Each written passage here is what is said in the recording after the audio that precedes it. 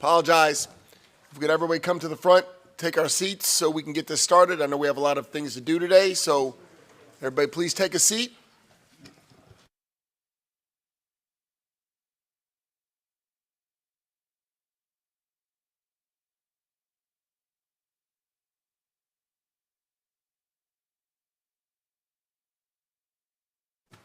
Okay, guys, let's get started. Big topic. I don't know if Chair Wilson wants to make any remarks. I say let's just get to it. We're going to do a little reverse order than is in the handout here. We're going to start with our utilities, gas companies panel, and then we'll have the Public Service Commission second. And so I'm going to call Charles Washington from BGE. Charles, you here? Come up to the witness stand. Got Valencia McClure from Pepco. John Dodge, Washington Gas, Tim Troxel, First Energy, and then finally Tom Dennison, SMECO. I think we've only got 4 seats up there, so one of you is going to have to go the first row behind, and then each of you, I think you've been told that you each have you don't have to take the full 10 minutes. Each of you will have up to 10 minutes. It doesn't mean you have to take the full 10 minutes. And so I'll go in the order that I announced your names, and so Mr. Washington, you have up to 10 minutes to address the topic on the table, rising energy prices, energy bills, et cetera, et cetera. So, and I know you have some slides. Would you mind, Mr. Chair, if Valencia McClure went first? Absolutely. Okay, Valencia, why don't you go first, okay, and then we'll take it from there.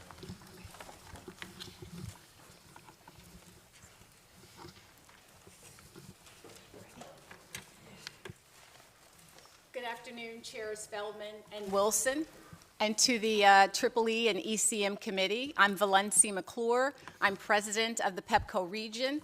I oversee our external affairs and state affairs for Maryland, specifically Prince George's and Montgomery counties and the Eastern Shore, and also DC. Thank you very much for having me here this afternoon to talk about something that is obviously very important to our customers and very important to our company as well. What I would like to do before we go into some of the drivers of what we've been seeing for our high bills, I'd like to first just provide a quick overview glance of Pepco and for Delmarva as well. So what you'll see from the slide is that we have 2,000 employees that live in the state of Maryland. And what we always like to say is obviously keeping the lights on is what we do. That's what we do day in, day out. But we like to say that we're more than just providing energy. So it's very important for us to be a part of the community, to have equity when it comes to our customers, our community, and also to our suppliers. What you'll see from the slide is that last year we provided close to $8 million to our communities when it came to charitable donations. So that was whether if it was opening new STEM centers, workforce development, and partnering with our nonprofit organizations. It's important to note that these are not customer dollars, these are shareholder dollars when it comes to our charitable donation. We also, when I talk about equity when it comes to our suppliers, in 2024, we spent $500 million with diverse suppliers, and that equated to 43% of our total spend.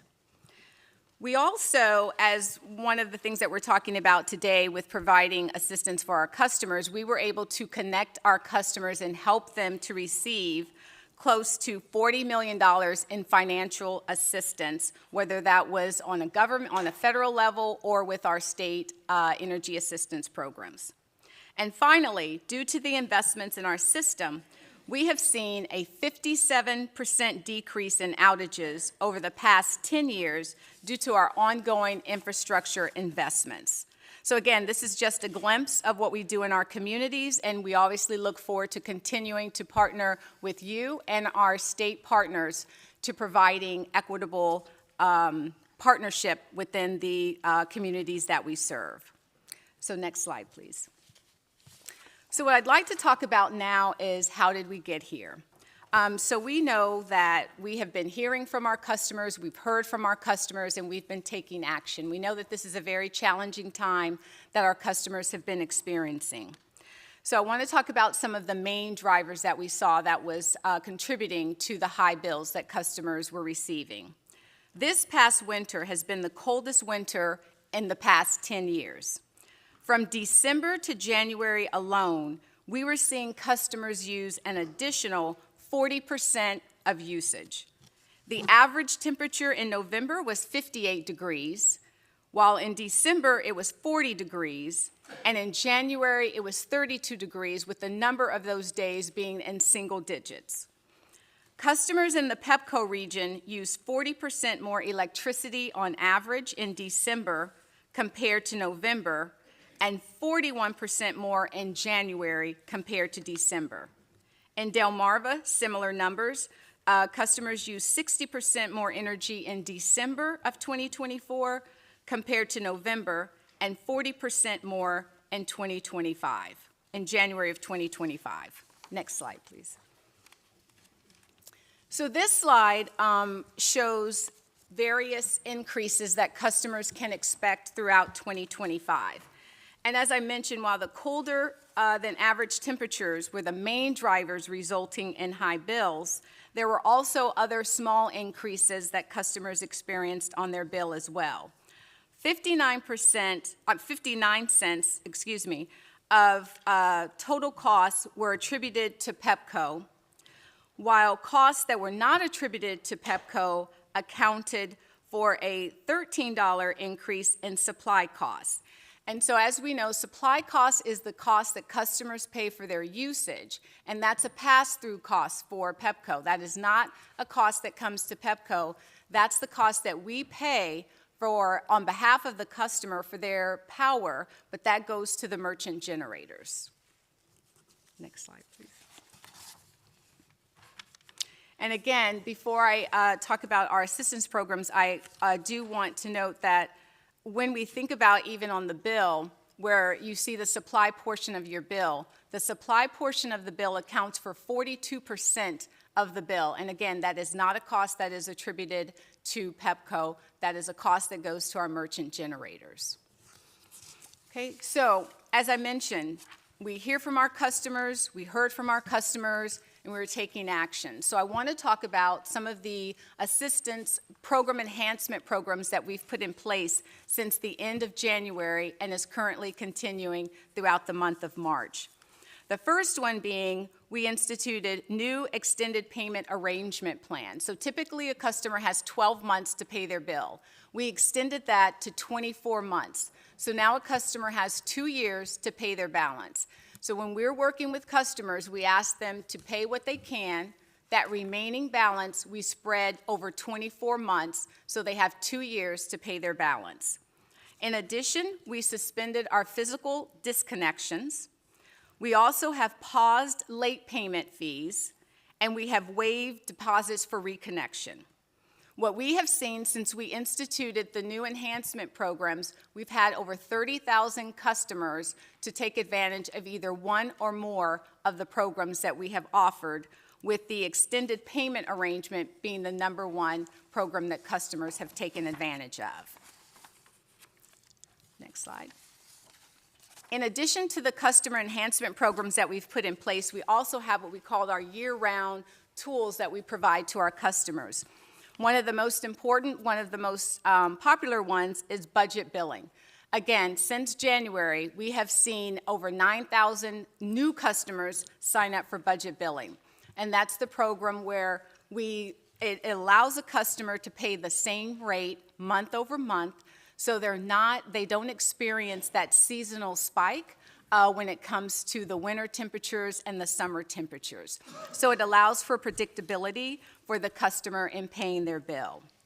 We also encourage customers to sign up for My Account.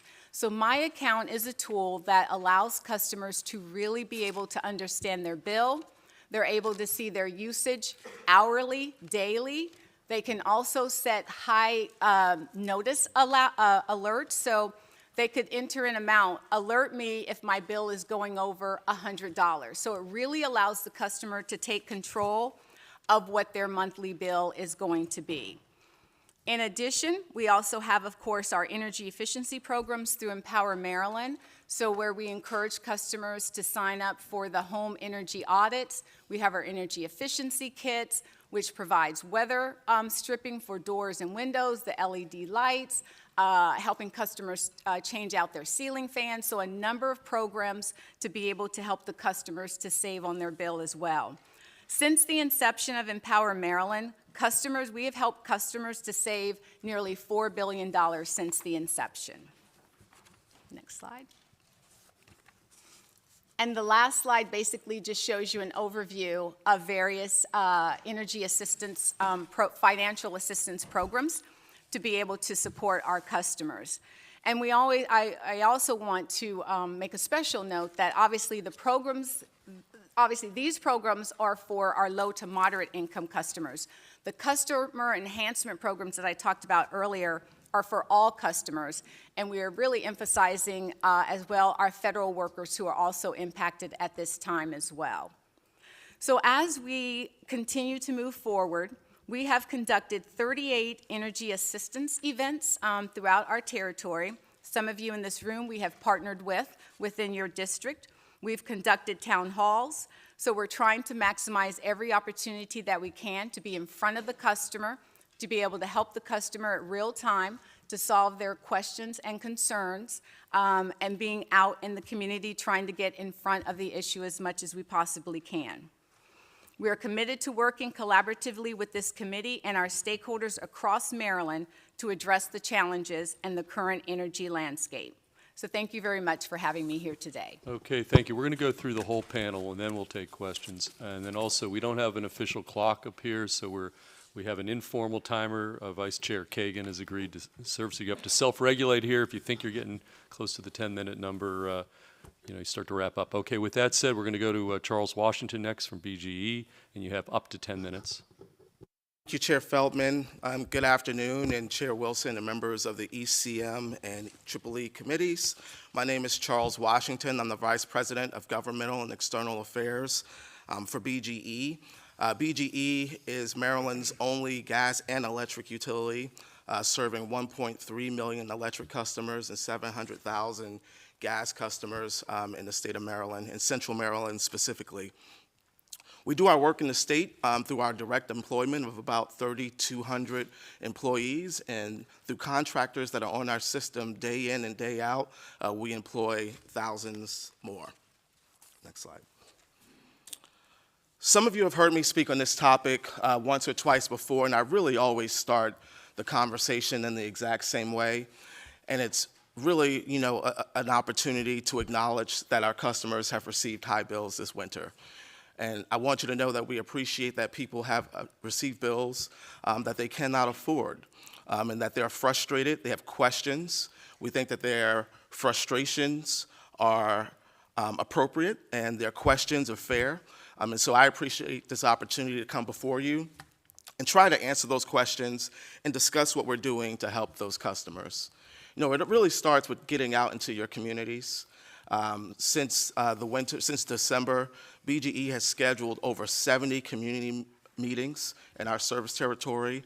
In most of your districts that touch our service territory. And if you believe that we've not been to your district, or if you'd like to see us again, I'd ask you, I'd welcome you, I'd offer that we will come with you to any place you'd like us to in your district and talk to customers about both what the cause of the high bills has been, but also the programs that we have and the assistance that we're offering to help customers manage through this. But as we go out, and as I've personally been out talking to customers, the number one question that I get is, how did we get here? And so, we will be the first to acknowledge that there are several factors that go into the bills that Marylanders have received, and that there is a portion of that bill that we acknowledge are attributable to our distribution rates. The funds that we collect to invest in the system that serves you and to invest in reliability and safety in our system.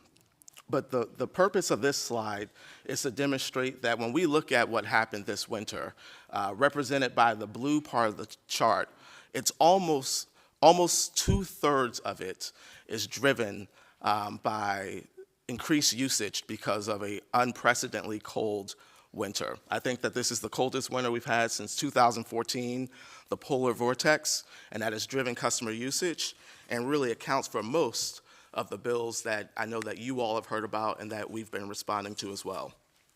Next slide. So just kind of drilling in a little more on that, because sometimes dollars are easier to speak to than percentages.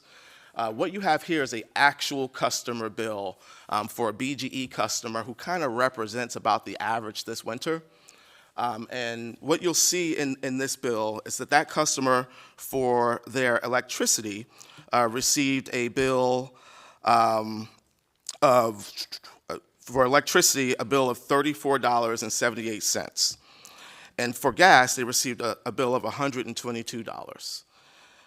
What we did on this slide is we put the 2024 rates right next to the 2025 rates so that you could see the difference just on what the rates contributed.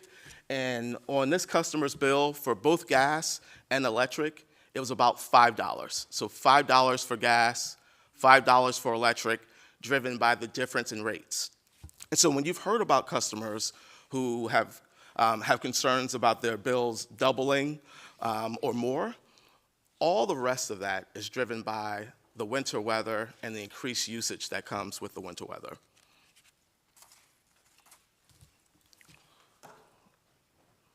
This is just one more kind of illustration of what we've seen from the weather. And so from November into December, we saw usage on our system, on our electric system, increase by 63%, and usage on our gas system increased by 97%. And then from December to January, we saw a further 35% increase in the use of electricity and an increase of gas of 37%. And then from January to February, that's where we started seeing kind of the light at the end of the winter tunnel, where usage is starting to come down. And so in those bills, we saw a 26% decrease in the use of electricity as the weather started to warm back up, and a decrease of 25% in the use of natural gas. And so the bills that are landing right now in March reflect that kind of pullback in the use of energy as the weather has started to warm. And we believe that the bills arriving later in March and in the next couple months will continue to reflect that change.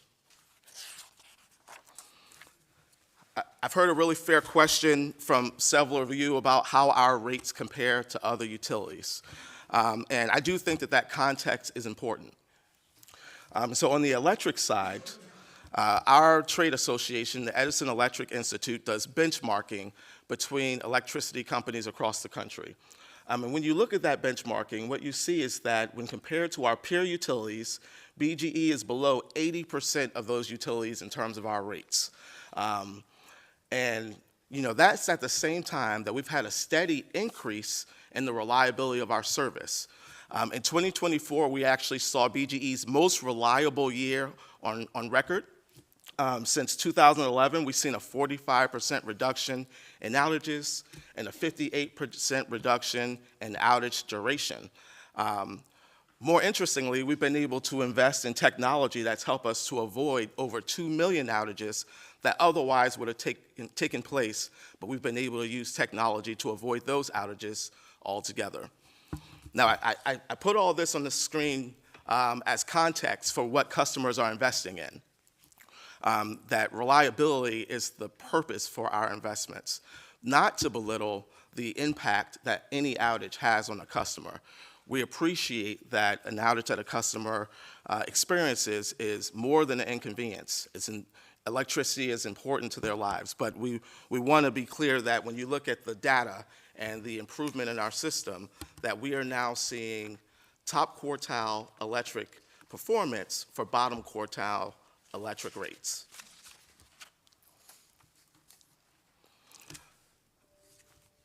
Unfortunately, our Natural Gas Association does not do benchmarking that is directly equivalent to what we see with EEI.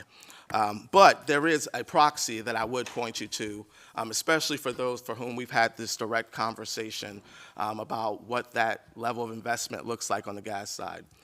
And so Standard & Poor's is a credit rating agency that tracks utility investments. and measures the regulatory environment in states. And so Standard & Poor's has taken a look at the investments in Maryland and determined that the rates that the investments that the PSC has approved track far below the national average. And so, you know, in Maryland, BGE is participating in a multi-year rate plan pilot. The way that works is we're required to bring forth our investment plans to achieve the standards set by the General Assembly for reliability, to invest in the direction that the state has taken on climate change, and to otherwise meet the obligations we have to our customers. Through a 10-month process that is managed by the Public Service Commission, you see multiple stakeholders, OPC, the state of Maryland, the federal government, all weigh in on whether those projects for the next 3 years, what those projects should be before we begin making those investments. That gives us the time to plan, gives us the ability to seek federal funds, which we have done for projects, also gives our contractors the opportunity to manage their workforces and potentially offer us preferential prices because they know what their work with us will look like over multiple years. And as you look at how that plan, the MYP construct, has played out over Maryland, it has created a situation where investment in natural gas and electric utilities since 2003 at the national level has been increasing over 6% a year. In Maryland, it's been less than 0.5% a year, right? So just putting into context, not only the usefulness of the MYP, but also the kind of rigorous process that the Maryland Public Service Commission has managed. All right, I've gotten the key to wrap it up. I'll just say this, that Maryland's not alone in choosing a multi-year rate plan process for managing its utility rates. Over 20 states use an MYP. Many more states use some other form of alternative regulation. And I think one of the things you would see very clearly is that, especially those states that have strong climate goals, you see MYPs regularly used. I know my time is up. Okay, thank you, Mr. Chairman. Thank you, Mr. Washington. Let's go to Mr. Dennison next. Good afternoon, Mr. Chairman, Chairman Wilson, Chairman Feldman, Vice Chair Crosby, and Vice Chair Kagan. My name's Tom Dennison. I'm Vice President of Government and Public Affairs for Southern Maryland Electric Cooperative. We are the electricity provider in Southern Maryland, serving all of all of Charles, St. Mary's, and those parts of Calvert County other than the two Twin Beaches in northern Calvert, and also the southern portion of Prince George's County, the Croom, Brandywine, and Accokeek areas. So I just want to thank the chairman for this opportunity to include SMECO because, like you, I've been getting a lot of questions about high bills. And so I wanted to give you all an opportunity or an example of kind of how I've gone through this. And so what I've done is, I don't have a presentation for you all, but I have a copy of my bill. And so what I do when I get approached at my daughter's swim meets, after church on Sunday, at the softball field with my other daughter, or on the grocery store, is I keep a copy of my bill to try to give people an idea of what's going on, okay? So like the gentleman who approached me at my daughter's swim meet and was yelling at me about high bills, I said, let's go through this. So as Mr. Washington and Ms. McClure went through already talking about the commodity portion of the bill, and the commodity portion of the bill is illustrated here as our standard offer service. That's a straight pass-through for SMECO. We're a not-for-profit electric cooperative. What we buy our power for is what we provide it to our customer members in our rates. And then we get into the distribution service. The distribution service is what pays my salary, and it pays for the operations of the cooperative. Everything from our trucks to our poles to our lines, all of that is baked into our distribution service. And in that, you'll see a facilities charge, which is a flat number, $9.75, a distribution charge that is based on how much electricity you use, and then there's the Empower Maryland surcharge, a bill stabilization adjustment, and Empower Maryland charge. So what I try to demonstrate to folks is that you're not alone in that you've received a high bill. This bill that I have in my pocket is the largest bill that I've received. I've used more kilowatt hours from January 15th to February 15th than I ever have. So why is that? Well, as my two previous panelists talked about, they talked about the cold weather. Well, to illustrate that for SMECO, let's just put some numbers to it. So our peak load that we reached, the most amount of electricity we have ever used, we achieved that on January 23rd of 2025 at 7:45 in the morning. It was about 1 megawatt, or excuse me, 1 gigawatt, so it's 1,036 megawatts. Our previous all-time system peak was 1,010 megawatts on January 7th, 2018. So over that 7-year period, the weather was milder. Usage was less. So I try to explain that that is a system-wide thing. It's not just them. So then what do I do, Tom? Tom, what can I do to help? So I talk about all of our payment arrangements. We have the same payment arrangements as as the two other panelists just talked about. But what I also talk about is our account manager feature that we have on our website. You can go on to Account Manager and you can see your usage per day. And you can see it, on that chart, it will have a temperature chart superimposed over that usage. So you can learn a little bit more of how usage and temperature go together. Lastly, Mr. Chairman, you and I both have 2 daughters. We use a lot of electricity in the winter because they take long showers and they're always walking around no matter what the temperature is with blankets on. And so I think we can look at how cold it is at a certain day and then how much our usage went up. Certainly at my house, that's what I did, and I tried to explain that. So I also wanted to talk just very briefly about some of the costs associated and some of the costs that we have seen that have gone up dramatically that are what I call our bread and butter infrastructure related items. I think it's important for the committees to know of some of these price increases that we're seeing in the market. So our 69 kV breakers, these are this is the equipment that's used in our substations that have the transmission lines that come in and then the transformers step down the power to go out to our homes and businesses. Those breakers in there have gone from $36,000 in 2021 to over $80,000, 125% increase in climbing. Our 15 kV breakers have gone up 58%.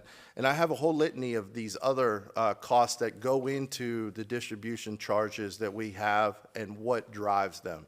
So, Mr. Chairman, I want to just stop with that and just say that we're working with our customer members every day. We're trying to get them through this hard time, and I appreciate the opportunity to be here before you today. Okay, thank you. Let's go to Mr. Dodge from Washington Gas next. Good Up to afternoon, 10 Chairman minutes. Feldman, Chairman Wilson. My name is John Dodge. I'm Associate General Counsel and Director of Regulatory Matters for Washington Gas. Thank you for inviting us to appear before you today. We at Washington Gas take pride in providing safe, reliable, and affordable energy to our more than 500,010 Maryland customers every day. We work hard to keep our costs low, and our Energy Acquisition Department continues to focus on minimizing the commodity costs that our customers see on the bill. The commodity cost on our bills, called the Purchase Gas Charge, or PGC, reflects the cost of the natural gas molecules we purchase and deliver into our distribution system. Of course, the price at which we obtain gas is directly related to market forces for energy globally, so the PGC does go up and down as the market changes. This winter, our Maryland customers, too, experienced an increase in their monthly bills, owing to high usage. As we are all aware, we endured several weeks of cold, windy weather in our region, beginning in January and extending through the end of February. We also saw nearly 15 inches of snowfall across our service territory during that time. This extended active weather pattern made this the coldest winter since 2014, as BGE and Pepco mentioned. With that recent weather history in mind, we are still pleased to report that our average monthly bill for 2024 was approximately $79 for households, lower than what our customers paid in 2023, 2022, 2021, and only slightly more than the $72 they paid in 2020. The average residential bill for January and February of this year is higher than 24, or a 5-year average going back 5 years, given the spike in usage in recent months. We're working very closely with our Maryland customers to manage those bills. If I might, I'd turn for a second to how our rates are reviewed and determined by the Public Service Commission. Gas utility rates are made up of two components, as you've heard, both approved by the Commission. The first part, the PGC, reflects the gas molecules we buy and deliver. The company passes through the cost it pays in the market to the customers, and in Maryland, we have an obligation to seek the least cost option. The other part of the company's base rates covers distribution costs. These are the costs associated with maintaining the facilities and everything else that my colleague mentioned. The cost of gas that Washington Gas procures for our firm customers rose during the recent heating season, but thankfully remained below the historic highs customers experienced in 2022 when our PGC exceeded $1.10 a therm. If you'd like to see our history of commodity pricing, you can visit a commission-maintained website. It's mdgaschoice.com. Our commission-approved base rates associated with the distribution costs I just mentioned have not changed in nearly a year. Our per-therm distribution charge ranges from 42 to 46 cents, depending on volume. Our fixed charge for residential service also has not changed. It remains at $11.85 per month. All that being said, we saw a slight increase in call center volume and requests for payment arrangements in January and February, and a 10% increase so far in March when compared to last year at the same time. In direct response, we are working overtime to help our customers manage their bills. First and foremost, Washington Gas does not disconnect residential accounts during our winter heating season that lasts from November to March. Also, each November, we offer eligible customers budget enrollment in the Utility Service Protection Program, or USPP, which is a year-round program billing with a fixed charge per month. We also offer budget billing, another levelized monthly charge. That's available year-round to all our customers, regardless of income. We make available interest-free installment plans up to 24 months or more, as the situation requires, to resolve arrearages. We refer our customers to the Maryland Office of Home Energy Programs, or OHEP, for possible state and federal assistance. Through a combination of in-person events and online and social media resources, we educate our program about the Maryland Energy Assistance Program, MEAP, which is federally funded by LIHEAP. We advise our customers of the Empower Low-Income Energy Efficiency Program, which offers no-cost professional home energy audits. We publicize the Federal Weatherization Assistance Program, also at no charge. That helps homeowners reduce their bills and maintain energy efficiency in their homes.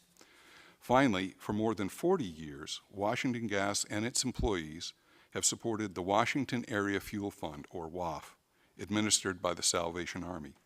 WAF offers direct utility assistance payments to customers in need. In 2024, the Salvation Army distributed more than $425,000 of assistance to offset Maryland residents' energy costs, regardless of the heating source, such as natural gas, electricity, fuel oil, or even wood. The last 2 months have been a challenge for our customers, but at Washington Gas, we believe our customers are our best and biggest asset, and we will continue to work with them and advocate for them to meet their energy needs. Thank you for your attention. I'm available for any questions. Okay, thank you for testimony. Before we go to questions, we do have one additional. Ms. Dodge, if you would be so kind as to maybe relinquish your seat there for Mr. Troxell from First Energy to give his presentation, and then we will open up questions to members of Economic Matters Committee and the EEE Committee. So Tim, you've got up to 10 minutes and you can proceed. All right, thank you. Good afternoon, esteemed members of EEE and ECM, and also Senate President Ferguson. I'm Tim Troxell, Senior Government Affairs Advisor for First Energy, here representing Potomac Edison. We are the electric distribution company that serves the western part of the state. Basically think Montgomery County, Howard County, west. So I want to start by reminding everyone that Potomac Edison is a regulated distribution company. And to point out that the distribution charges on our bill represent only 19% of what is on a customer's bill. So for us, an average customer that's paying these charges for distribution, that means that 20% of their bill is what takes care of the poles, the wires, the meters, the meter reading, our billing and collection, forestry, all of that is only 20% of a customer's bill. So I also want to remind everyone that Potomac Edison has only had 2 distribution rate cases in the last 25 years, actually almost 30 years. Right now, our average customer bill is about $150 a month, and that is around 25% lower than most of our state utility peers. So let me break down that $150 a little bit for you and give you an idea of what a residential bill looks like. So for January in 2025, as I mentioned, Potomac Edison gets only 19% for distribution, so that's $29 of the $150 to provide our distribution services and take care of all the wires that are bringing power to people's homes. $18 or 12% of the bill goes to surcharges, and I'll talk a little bit in a minute about the surcharges. So then the vast majority of the bill, $103 of that $150, is actually for generation and the transmission to get the generation to them. And that generation is supplied in Maryland by competitive merchant generators. So just let that sink in for a minute. Out of a $150 bill that we send our customer, we as Potomac Edison only control less than a quarter of that bill. All right, so now you all want us to come here to talk about the high bills, and yes, we have heard from our customers as well. It is true, many are seeing higher bills than they've seen in the past, and there's a couple key factors that I'll expand upon that my counterparts has also mentioned. The main driver behind this has been the high bills this year have been the extremely cold temperatures that we've all been enduring. It's been one of the coldest winters we've had in 10 years. Our average customer usage has been up almost 20% above previous figures. Our heating degree days, which is how we track whether it's cold or not, also have been up about that same amount. So basically, customers have been using more product to heat their homes. And because of that, this additional usage has been the main component of the increasing bills. Now, in addition to the increasing usage, there have been some small increases that have been approved by the Public Service Commission over the past year that are on customers' bills. So in January of this year, an average residential customer of ours who uses 1,000 kilowatt hours will see about a 6% rate increase because of those two things. And most of those increases are the surcharges that I mentioned earlier. The first one is the Empower Maryland surcharge. That's increasing on our customers' bills by $3.27 and will now account for a little over $10 a month on each of our customers' bills. You all know what Empower does, but it's increasing energy efficiency targets and as a result of the Climate Solutions Now Act and also some recent changes last year about how program costs are expensed and recovered will nearly double that for this 2025. So that $10 is going to get close to $20 on our customers' bills. And just to give you an idea, when that program started 15 years ago, we spent about $15 million a year for Empower. This year, we will be spending over $100 million for the Empower program. The other surcharge I want to talk about that's on the Potomac Edison bill that's not on some of our our counterparts' bills is the cogeneration PURPA project termination agreement surcharge. And this is a surcharge that was again approved by the commission, and it's an agreement to stabilize and terminate a 1999 contract that we had with the Warrior Run cogeneration facility out in Cumberland, Maryland. Prior to that buyout, the surcharge would go anywhere from $0 to $16 a month for our customers, depending on what the energy markets were doing. But now with this new agreement, we've stabilized that rate at $8.33 for our customers until it expires in 2029. And by doing that, we estimated about a $60 to $80 million savings for our customers by buying that contract out. So far I've covered the distribution charges and surcharges, but really, again, the biggest portion of a customer's rate is the generation portion. we do competitive procurement auctions to supply our standard offer service to our customers. Those are all administered by the Public Service Commission, overseen by a third-party monitor, and the lowest price wins. So we know that there was big changes in the PJM capacity market this past auction, and our customers are expecting to see an increase in June of probably another additional $18 a month on their bills as a result of the competitive power market. The one thing that I do want to point out is most of these charges that I've talked about are all volumetric. So generation charges, distribution charges, and most of the surcharges are volumetric. So if you use more, like people did in January and February, those charges go up higher and higher on customer bills. Just want to kind of end by saying that, you know, for those people who are having trouble paying their electric bill, Potomac Edison also does have a number of programs. We urge them to reach out to our customer service department so that we can work out any special payment plans that might be needed for that customer. But for them to please give us a call, because if we don't know they're in trouble, we can't help them. So again, thank you for the opportunity to share this information, and happy to answer Okay, any thank you. questions. Mr. Dodge, I think those chairs are movable. They've got wheels on them, I understand. So why don't you come up, if you can roll up here, sir. We'll take questions. We've got 35 legislators. I assume that there's at least 1 or 2 questions. And can I start with Senator Augustine, the President Pro Tem, and then we're going to go to the House next, and Chair Wilson will call on. And thanks, everybody, for the presentations. I think it's very important for us to concentrate on, as you said, what you can control, because there's a wide difference, I find, between how you all have responded to that. So I've got a question for you each, which is, what is your distribution per therm charge, what it was in 22 versus what it is in 25. Don't write, I know y'all need to have this information.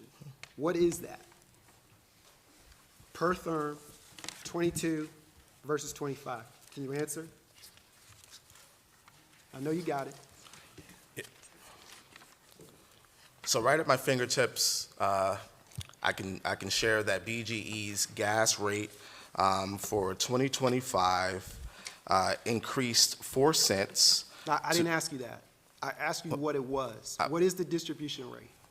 Not an increase. What was the rate in the total distribution rate for 2025? Senator, that is exactly what I'm planning to provide. I just adding need the words full to, number. I Just don't. the full number. I've Sure. got it here. Okay, the 2025 rate Yep. is $1.0055. If That's you'll right. give me 2 minutes, I'll pull up the 2022 rate. I don't have it at my fingertips. I do. Okay. It's 71 cents. That's what it was. So let's understand how we get such a mammoth increase in that period of time. But let me ask Washington Gas, what was yours, 22 versus 25? The 25, as I mentioned, is a range, 42 to 46 cents. And I'm guessing, and only guessing because I don't have it written down, I believe our older charge was around 41 cents. So yours has been fairly flat over the course of those years, whereas BG&E's gas rate has gone up by, what is that, 30% Yeah. on the part that you control? That's 29 cents, but it's removing the context that in that time, in 2022, BGE still had a stride surcharge. Well, they have a stride surcharge too. It's like $2. But they still do. That's not in their distribution rate. How much is the stride surcharge?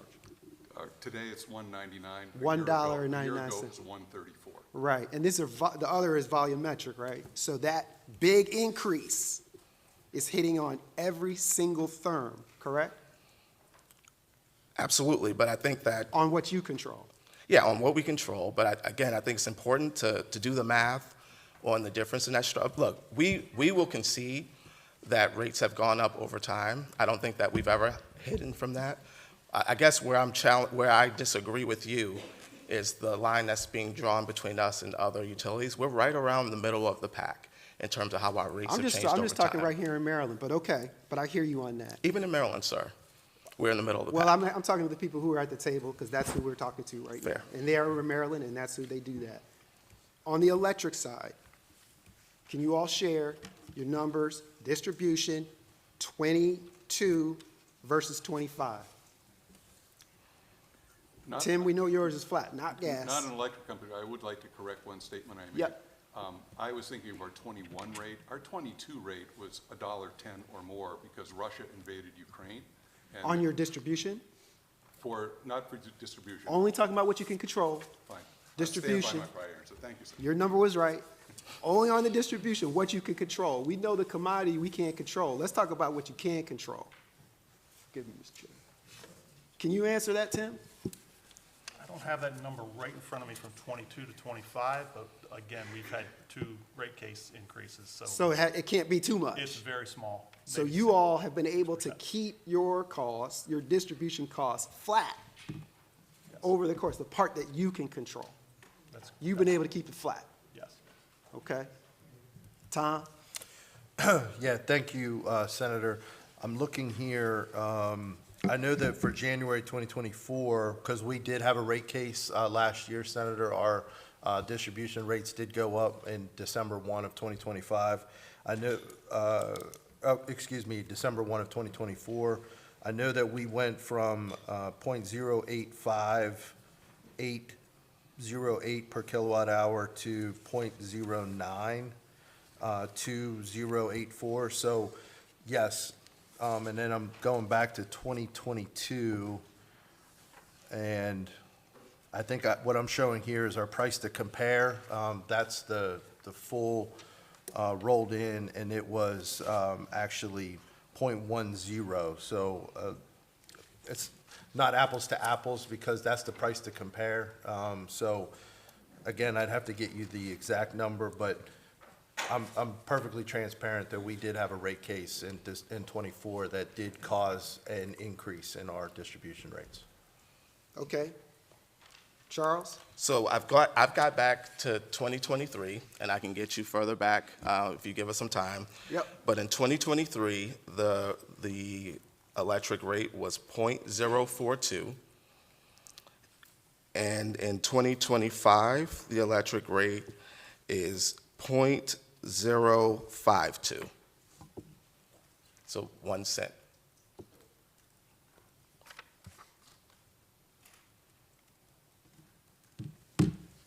Okay, I've got different information, but that's okay. I got 3.5 in 22 and 5.2 in 25, which is again a fairly significant increase, but okay, I understand. Valencia? Sure. So I don't have that exact information, but I will say that in. Here, put your mic up, push your button. Okay, great. So I don't have that exact information for you. I can get it, but what I will say though, we too had a small increase last year through a rate increase. So in April of 2024, our rates went up by $6, and so that has been flat since then, but we did have an increase last year. But I'll get you that exact number that you're asking for. Okay, just one last little bit. Last here. So question. to that, it sounds to me like on that, and from what I've seen, there's that increase. It seems to be an increase, but then there's like to inflation, a little bit more than inflation. That's been what it was about that for electric and most all on the gas, except for BG&E on the gas. Can you explain why that seems to have been so different and that increase that our people are feeling? Sure. I'll talk a little bit about BGE on the gas side. The first thing I'd say is I continue to challenge how large of a difference that you're calling out, because I do think it's important to recognize geography of expenses and that some of those expenses have changed geography. That said, one of the things, when we look at our system compared to some of the other Maryland systems, there are real differences. The first being, as we have replaced the aged pipeline, the cast iron and bare steel, there is not a company in Maryland that has had more to replace than we have had to replace. And so there are expenses that go with that are reflected in our bills. Also, there are just differences in the service territories. And so whereas, you may look at one company that serves a mostly suburban and compact service territory, not only do we have suburban, but we have vastly rural service territories that we have to serve as well. So when you look at the customers per mile of pipeline, there are real differences. Okay, why don't let's get some other folks. We're going to rotate between the House and Senate, a lot of lights on. I'm going to yield to Chair Wilson to select a member on his side. Thank you very much, gentlemen. Before I jump in, we have a list. One of the, I guess, problems I had when we were explaining the winter months and how we have very cold winter. And I don't know if you thought maybe it was providing some kind of relief because the winter's over, but I guess my concern is the summer's coming. And what's to stop us from not being right back where we were in addition to the June ad? I was like, I don't, when the explanation you gave, I guess, doesn't really provide a lot of comfort to most people because where I live, a lot of people still have natural gas, heaters. So the beating we took in the winter months doesn't look like anything compared to what we're going to be taking in the summer months. If anyone could just chime in, because I didn't understand what comfort you guys thought was being provided by telling us. Because it's almost like you're telling us it was bad, but it's going to get worse. Because one thing I know is everybody has electric air conditions. There's no gas-powered air conditions. And even a moderately hot summer, and with the climate change, my concern is, how do we address that? Anybody? Sure, I'll try that, Mr. Chair. One of the challenges we have in Southern Maryland is that most of our heating and cooling is electric. The vast majority is actually. So winter is typically for us the time when people experience the highest bills because they rely on heat pumps for heating and heating their homes. So what I can say about the summer months is that there's going to be an increase, like Mr. Troxel said, because of the PJM capacity auction. SMECO is anticipating upwards of $15 a month for customers, a typical residential customer. So I think in the summer months, I think what we try to stress to our customer members is to try to conserve electricity by turning down their air conditioner, if you will, or turning up your air conditioner. And it's somewhat a little bit more palatable to do that in the summertime versus whenever you're, trying to heat your home in the winter. But I didn't mean to try to say that there's relief going to happen in the summertime, because I think usage will be up again. And that's why I stated that, because the explanations you guys gave provide very little comfort to anybody listening, because we know what we're getting ready to do in the summer. I'll move on to my colleagues. We'll start with Delegate Arentz. Thank you, Mr. Chair. Delmarva, would that be you, Valencia? Yes, it would. Delmarva is pretty much in my main district and all that, and we've had the same problems you talked about. And I was wondering, is the guy from Potomac Ed mentioned that a quarter or 25% is what they actually control? Yes. As far as what there is. One of the complaints I get is the dollars and cents, and we look at Exelon as a big corporation, and we know they're pretty powerful. But you're a regulated industry, and this is coming more from my constituents who actually dig into this. They look at the dollars and cents that Exelon's bringing in, and they look at the profits, and they look at what the return on your investment is. And they sit back and say, we're all for free enterprise, but free enterprise has to work for everybody. And when we're hitting with large increases, and then we listen to Mr. Washington's testimony about how things have gone up exponentially for you all, it's very difficult for me to go back and say, hey, this is all it is. It's a matter of you using a little more electricity or a lot more electricity this month when I see a business that's regulated, that the PSC, and I'm not just blaming you for that because they have to give you the dollars. Can you help me with how I can explain that better? Sure, absolutely. So one of the things that I do want to say is that yes, we are an investor-owned utility, and that means that there is a benefit to that as well, because we have our investors that contribute back into our business. And so when you look at what investors put back into our business and what we put back into the community, nearly 100% of those profits come back into us investing into our system. As I talked about even a little earlier, when we talk about 50 customers are experiencing 57% reliability. So that's a reduction in outages that customers have experienced over the last 10 years. And I know that the PSC is coming up after us, but obviously every penny that is included in our distribution and delivery charge has been reviewed and approved by the Public Service Commission. And it's a very prudent process. It's a public process that we go through. So and I know it's always hard, right? Because customers, it is a challenging time.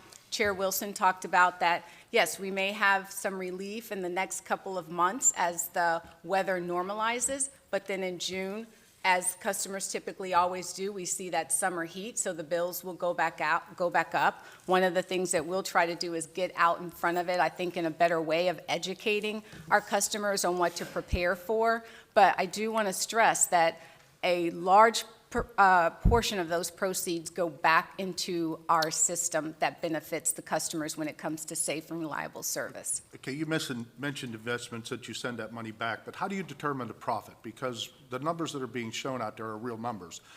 You're making X amount of dollars per year on your profits. What is profit to you then if you're investing it all back? I don't understand how that works. So and I actually have my VP of Regulatory that is here as well, and I'm not sure if there's an opportunity for her to address that because that comes under a lot of what we do with our rates. So I'm not sure if Morgan, if we're able to have that to be able to speak to that question. Is that okay? Okay. All right.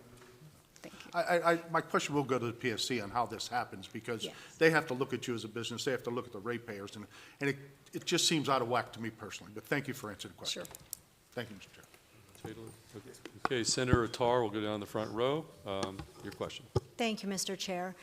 So I know some of my questions were answered, but kind of on the same topic, and this is for Mr. Washington. I don't mean to pick on you, but BG&E is in my area. Sure. You said you service about 2 million people, and I know we talked a lot about what was and all that you're doing to fix what was. And Chair Wilson talked about what's coming and what we're about to see in the summer. So last week in a hearing of ours, we heard a senator mention that he heard from BG&E that our rates in the summer can go up about an average of $300 a month. Is that accurate? That is not accurate. Okay, and why are we saying that's not accurate? Because I could just tell you my bill in the wintertime went up significantly more than that. Yeah, sure. I actually really do appreciate that question. And kind of to Chair Wilson's point, I think it's really appropriate to talk about what's going to happen next. And I had some information on that, but I ran out of time.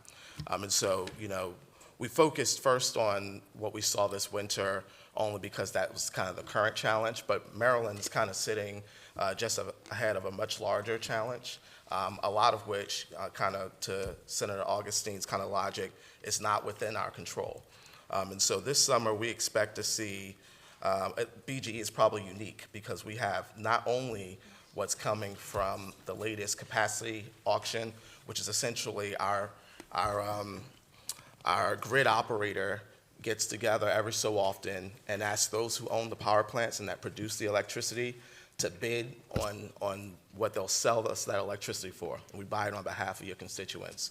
The price that returned is significantly higher. And so based on that, we're going to see our customer who has average usage, right? It gets hard to talk about these things because everyone uses a different amount. But for our average customer, that's looking to be about $9.22 a month. Can I stop you for a minute? Yep. Is that, you showed us a bill, and the bill was about $122. I would love to meet the person who was fortunate to have a $122 bill this year.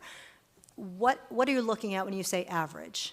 What number, what bill, what current bill number? Yeah, so that's a good question. So the bill that you're referring to had two parts. It was $122 was the gas part, and then 34. and then there was an electric part too. I'm not remembering the exact number. I think our average customer uses somewhere in the neighborhood of our average combined customer, because BGE is also unique in that many of our customers have both gas and electricity. So our actual natural gas customer is around 50-ish therms, and a little more than 600 for our or 800 for our average electric customer. Okay, so 800 a month. So when we're looking at that person with the 800 a month bill. Sorry, 800 units of electricity, kilowatt got it. hours. Because I'm hearing from a lot of people who have at least 800 a month. So okay, so what number are we talking about? That would be probably an above average using customer. And I mean, I acknowledged up front that it gets difficult to talk about what an individual customer will receive. We're talking about the average across our system, and that varies from like a row house to properties that are significantly bigger or just use more energy for another reason. Understood. But so I'd be happy to kind of come to your office and talk to you about homes that more reflect your constituents, but when we talk about the average, we're looking at, for that generation piece that's going to increase in June, a little bit more than $9 a month. I'll get you more specific for your area. Okay. But then on top of that, there's a specific power plant that would like to go out of business. I'm going to try not to get too deep into this. I'll just say that we need that power plant to have sufficient electricity in our service territory. And so under rules from the federal government, essentially, customers must pay that entity to stay online. That's called reliability must run. And that's looking to be about $4 a month for a customer with average usage. Okay, and Mr. Chair, can I have one follow-up? Yeah, one follow-up, quick and then we'll go follow-up. over to the House. So another question I have is, I know BG&E came to talk to me because they saw my name on the Ratepayer Protection Act. I'm here to ensure that my constituents can actually afford to pay it, but all I keep hearing from BG&E is, well, this is going to hurt us. This bill is going to hurt us. It's going to hurt us. But what are you trying to do to protect our constituents so they can pay their bills? I understand you said you're giving them payment plans, but payment plans don't work for everyone. What are you doing long term? Yeah, I mean, that's a good question. And, one of the things I'll say is I appreciate your point that payment plans don't work for everyone, but it's important to know that what we've seen is that 30,000 of our customers have taken advantage of that to help address their bills. Another 30,000 customers have taken advantage of the program that we offer that smooths the bill to avoid seasonal differences, like my colleague Valencia McClure called out. And then I think the other thing we're doing is trying to find ways to make our operations more efficient. We're really trying to balance here, preparing for the grid that we know our customers will need in the next 10 years if Maryland's going to continue on its trajectory, but also keeping an eye on the costs and what that level of investment means for our bills. And so it's a fair call out, and it is a balancing act. Thankfully, it's not one that we do alone. There are dozens of stakeholders that participate in these proceedings, and ultimately, we cannot charge a penny without either a state or federal regulator approving it and agreeing with us that that was a prudent penny to spend and that it brings benefits to our customers. Thank you for the answer, and I just want to say 60,000 taking advantage of your programs is very far off from 2 million customers. But Point thank taken. you. Delegate Weibel. Thank you, Mr. Chairman. Mr. Washington from BGE. For your average customer, residential customer, one being all electric, one being gas and electric, how do those bills compare if you had this?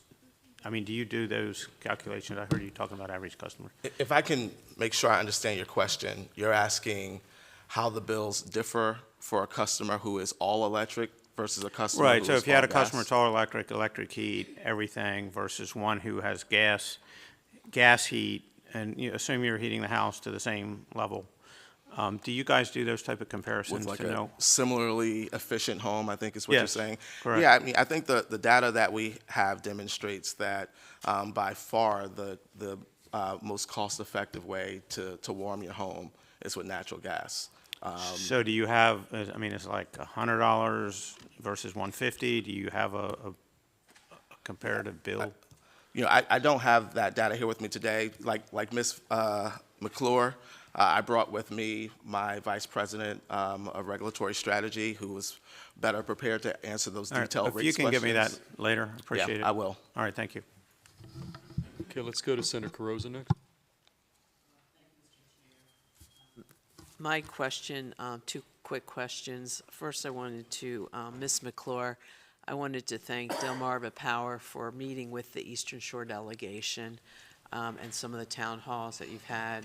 That was chaired by Delegate Chris Adams. My question for you, and then a question for Mr. Washington. On the budget billing, I was looking at the list of this list that I have of constituents who contacted us about their Delmarva energy bill. And as I was looking through that, many of them identified themselves as retirees or on fixed incomes. You mentioned the budget billing, which I know is information, I think that's been provided after the fact, now that they're facing these bills. My question for you is, what is Delmarva Power doing now on the front end to make sure more of our constituents know that this is an option that they could level off their billing? And then my question for you, Mr. Washington, would be, we've had conversations about the aging infrastructure and the safety issues. I wanted to better understand what you're facing there and how we in Maryland are doing on addressing our aging, because that's a safety issue as well compared to other states. So, thank you. Sure. So thank you so much, and thank you for acknowledging our visit to your town hall. And as I mentioned earlier, we're always happy to attend town hall meetings and energy assistance fairs. But to answer your direct question, one of the things that we have done since really going through what we experienced with the extreme winters, we have retrained our customer service reps, because you're right, a lot of times when they talk to customers, they're not always proactively talking through budget billing programs or even encouraging customers to sign up for My Account. And so that is one thing that experiencing this, preparing for what we know we're going to hit in the summertime, they now are proactively walking customers through the benefits of budget billing. That's why we've seen the enrollment go so high during the last really month and a half. Almost 9,000 customers within just a month and a half. So that's now part of their regular ongoing communication with customers, and also getting customers to sign up for My Account, because that probably is one of the most beneficial tools that customers can really access, because once they sign up for an account, then they are able to manage their daily, hourly usage. They receive notifications.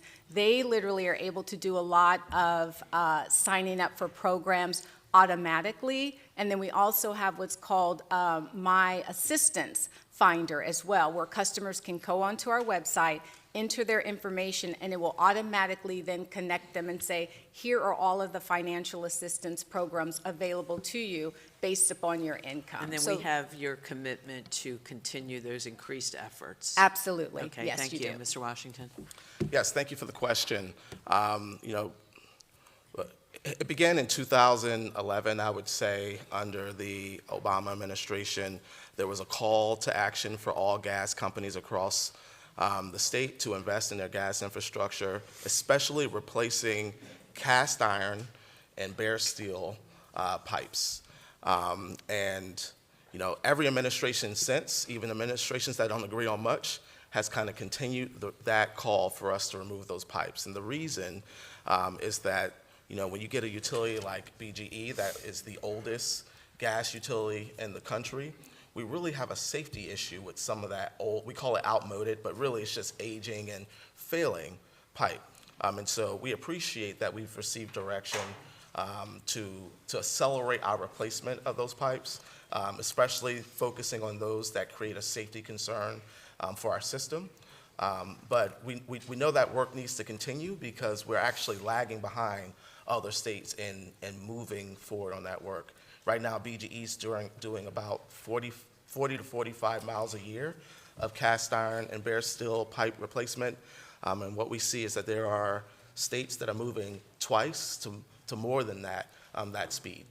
Thank you. Next, we have Delegate Rose. Thank you, Mr. Chair, and thank you all for being here today. Just to piggyback, I would love to get the numbers that Delegate Weibel mentioned, because that was very much a question that I had. But out of the 2 million people in the BG&E, which is my area, what percentage would you say are full natural gas versus full electric? If you have that number, great. If you don't, if you can get it to me. Yeah, I'll get you the number, but kind of directionally, I'll say most of those customers are combined customers. Okay. Right, and so I wouldn't say we have 2 million customers, because many of them are combined. Okay.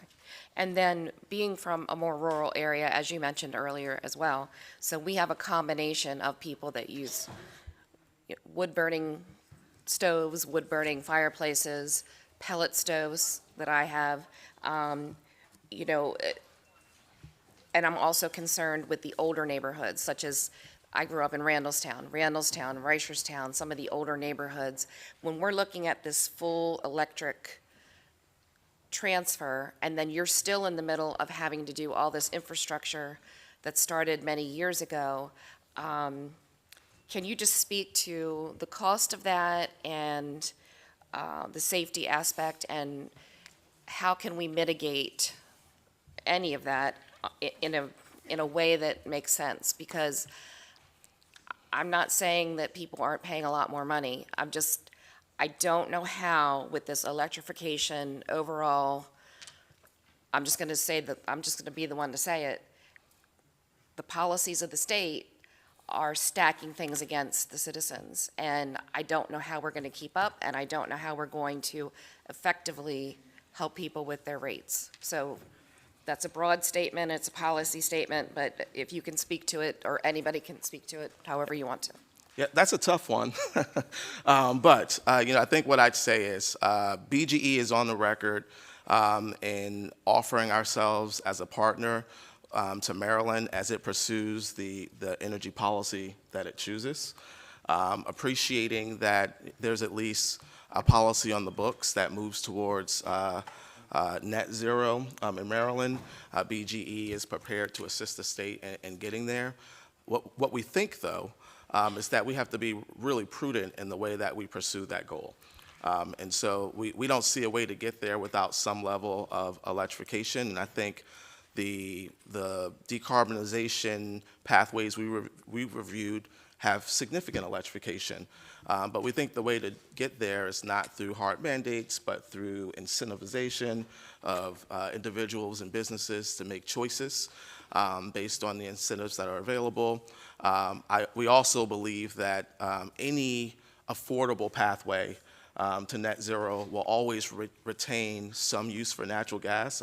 We know that that doesn't always ring positively with everyone else, but the pathways that we've reviewed just demonstrate that it's the lowest cost pathways and the least risk pathways have some role for fuels and some need for fuel diversity. Thank you. Okay, let's go to Senator Gallion next. Thank you, Mr. Chair. Once again, most of my district is BG&E, so, but this is, you're getting a lot of questions up here today. Mr. Troxel talked about the upcoming increase due to, one thing you mentioned was the Empower surcharge in June, and you talked about kind of dollars and cents what that was going to cost the average customer. I don't want to take up too much time, so I'll just ask the BG&E rep there, Mr. Washington. Yep. Can you tell us in June what is the expected average increase from that increase in Empower and other surcharges? Sure. I mean, I guess I should level set by saying that in BGE, we're back to the average customer. This is another volumetric charge. So a customer using the average amount of electricity and natural gas in our system saw in January an increase of $3.34. That brought them roughly to $13. By next January, they'll be roughly at $25 a month. Okay, and if I may just follow up on that, you know, Empower was passed maybe about 15 years ago or so, well before I was here. And the whole goal, my understanding, is to, you know, improve efficiency on appliances and so forth.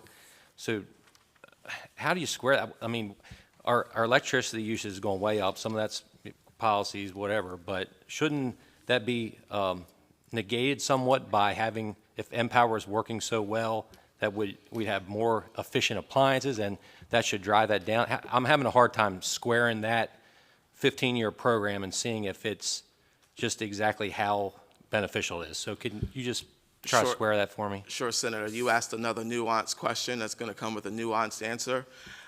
You know, I think BGE believes that the Empower Maryland program has been incredibly successful. My colleague sitting behind me, his team has run that program since, I think, 2013. It's an award-winning program we've managed, and he has the data that demonstrates it has helped to bring down the usage in Maryland significantly in our service territory. That said, you know, I think that the low-hanging fruit for energy efficiency has been gathered, right? You talked about appliances and light bulbs, home energy audits. You know, there's been pretty deep penetration in our service territory for all those programs that have helped those individuals and those businesses reap the rewards.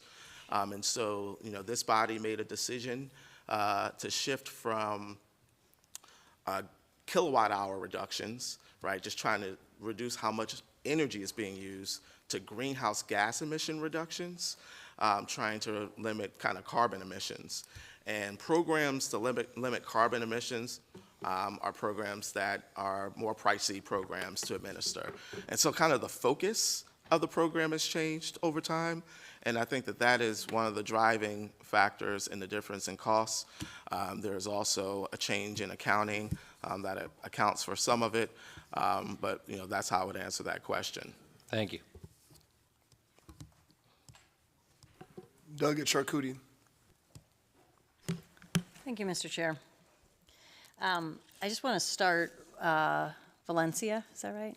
I want to start by giving you a chance to correct yourself on the record about the return to your investors that come from the capital expenditures in this state that are paid by our ratepayers. Do you want to clarify that again? You said something about them going back into the system. I think that's what happens in cooperatives, but investor-owned utilities actually earn a rate of return. So do you want to talk about what that rate of return is?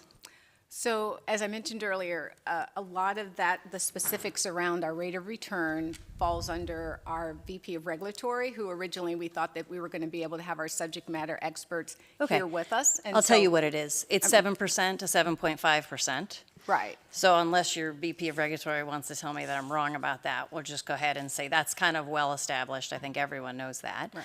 That's what your investors earn.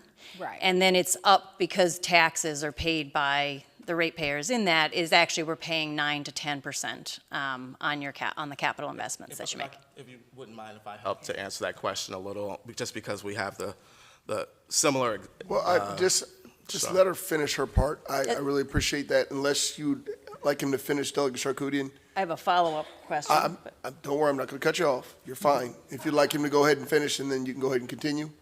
You want to tell me that there's not a 7% rate of return? I think that what my colleague was, you know, you're talking about what we earn, which is a fair point that we won't dispute. And I want to say more about what you're earning. What my colleague was describing was that when you earn profits as a business, there are different things you can do with it. You could pay them out in dividends, or you could retain them. They could be retained earnings. And so for BGE, for example, since 2017, we have reinvested 97% of our profits back into the system, because we're trying to get our system to the place where we are achieving the goals that are set out for us by policymakers and the realities of serving our customers. Okay. So let's talk a little bit more about your earnings and your strategy to maximize those earnings. When we look at, I want to build on Senator Augustine's questions. He was asking about the last couple of years. I think the problem with just looking at the last couple of years is that we lose track of a series of policies over the course of decades that are designed to maximize return to investors instead of to protect ratepayers. And so if we actually look at BG&E's distribution rate in 2010, it was 2.53 cents a kilowatt hour, and in 2024 it was 4.53 cents a kilowatt hour. That's 4.6% increase a year. Delmarva went from 3.17 cents to 6.98 cents. That's a 6% increase a year. Pepco went from 2.63% to 6.18%. That's 6.4% increase year over year for 14 years. So it's the frog in the water that suddenly finds itself with a very cold winter, and we're all wondering how we got here. Compared to that, Potomac Edison went from 1.69% to 2.29%, which is a 2.3%. The changes generally appear to happen when I look at graphs when Exelon acquired the BG&E, Delmarva Power, and Pepco utilities. And it appears to be, I'm going to share a few points and then you can respond. It appears to be part of the corporate strategy And it's reflected also in the investor earning calls, where, in fact, as you sit here and talk about what's not in your control and how sorry you are for our ratepayers, your bosses sit on the investor earning calls talking about how good these capital expenditures are for your shareholders. And so specifically, I'm looking, for example, for BG&E, the capital, projected capital expenditure of $7.8 billion from 2025 to 2028.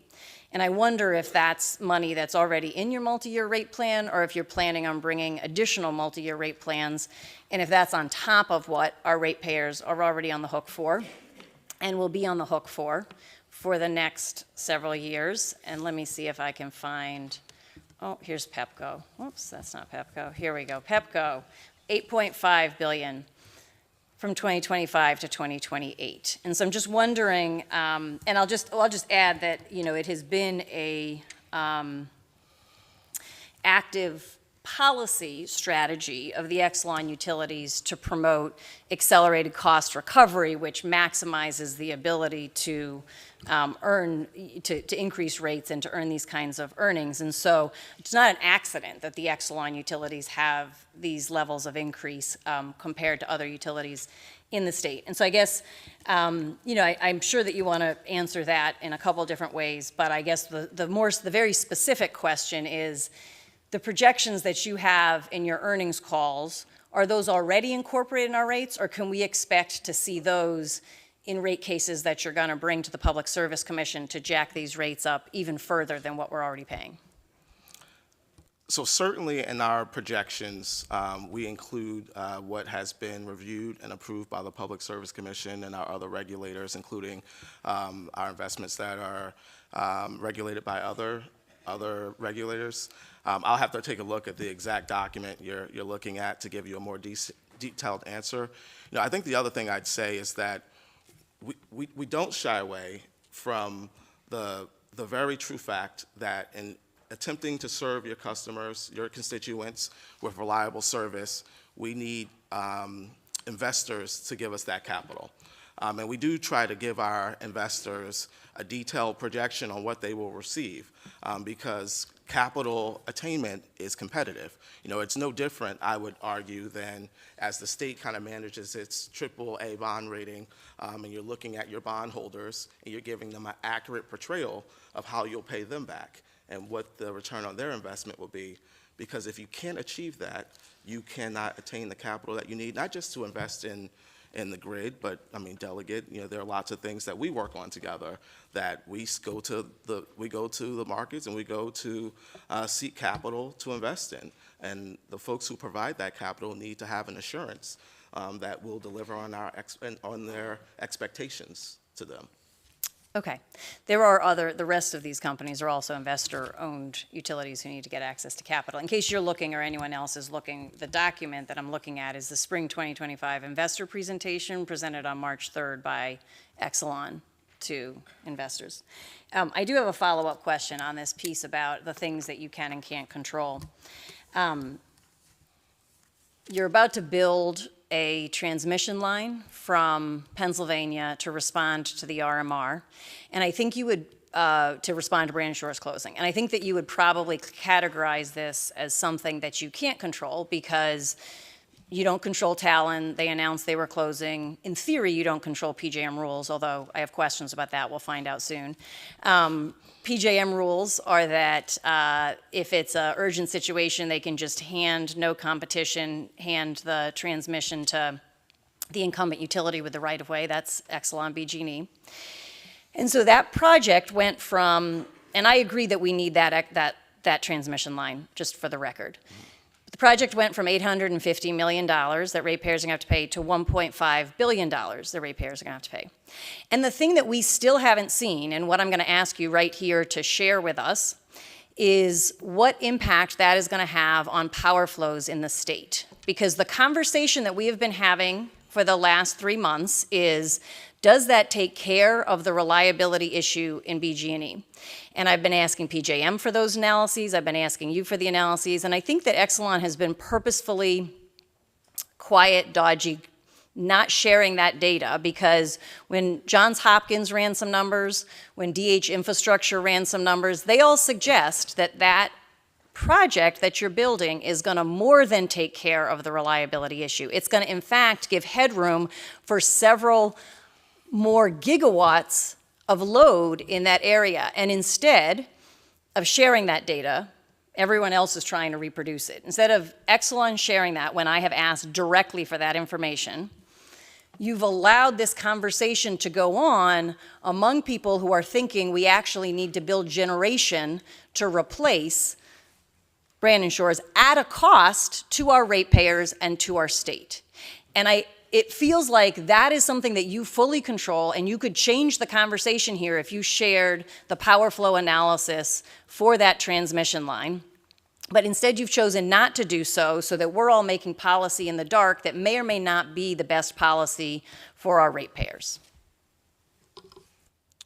So I will respond. Here's what I'll say. There was a few things there. I'm just asking for the analysis and why we can't see it. You can just answer that. Okay, so I can't change the conversation that you're having because I don't think we agree with your assessment. Even if Brandon Shores... It's not my assessment. I'm asking you for your power flow analysis. You have that, and you could share it. And then we could agree or disagree about what it means. But BG&E has chosen not to share that in a public way. Yeah, I mean, I think that Brandon Shores, the Brandon Shores remediation transmission line that you brought up will solve the immediate concern from Can you the share the Brandon power Shores. flow analysis? That's what I'm asking for. We're about to pay $1.5 billion, and we can't see what the impact is going to be on our electricity grid. So I'm getting the look. So I'll say respectfully, it is a challenge when you bring up such an important topic and ask me a yes/no question. But the question is, I'll go back and ask. I'm not familiar with the power flow analysis. That's far more engineering than I'm used to. I don't know if it's confidential, what you're asking for. But what I can commit to is getting you a yes/no answer to that. And you know, I guess I really would have wanted more opportunity to discuss the bigger issue you raised because it's an important one, and you're right that there will be impacts of that line to all customers. And we should understand what the benefits of that line are if we're about to pay the impacts. I'll Thank you, concede Mr. that. Chair. Thank you. Okay, let's go to Senator Washington next. Thank you, Mr. Chair, and I thank all of you for having this conversation with me today, and I also very much appreciate our colleague in the House, Delegate Charkoudian, for speaking truth and kind of sets up some of the questions that I have. But first, I want to just thank you for your community engagement, for the financial assistance, for all the other programs, and I recognize that you all are the community face of the questions of this issue, of the companies, et cetera. But again, despite the community efforts, the solutions that are being offered are somewhat like putting a Band-Aid on a bullet wound. Okay, and so what we seek, of course, is some frankness and information so that we can all collectively stop the pain that is occurring in our communities where they're not able to pay the bill, because having more time to pay a bill that you can't afford doesn't change the fact that you're not able to buy the things that you needed.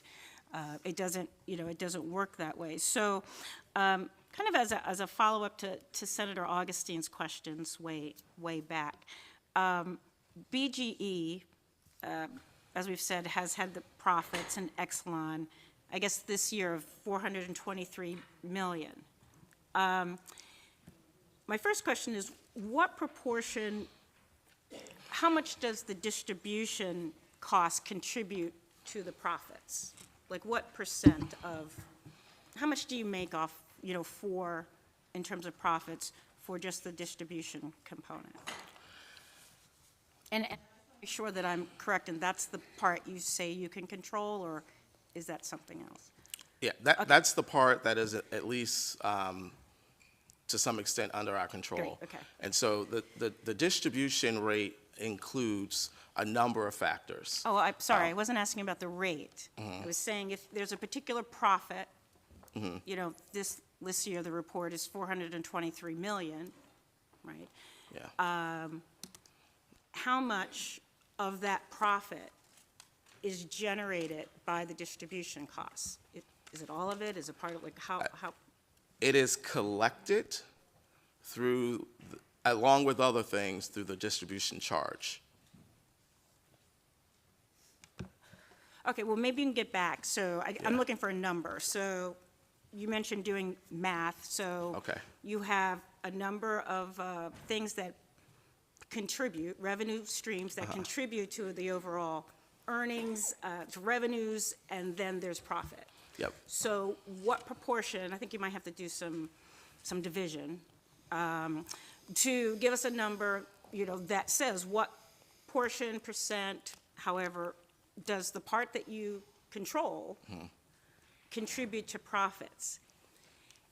And the follow-up questions to those are, knowing that we're collectively in this difficult position, why are ratepayers covering those rising costs in order to contribute to continue profits? And so, shouldn't the utility share some of the burden? Yeah, I think I would describe that differently.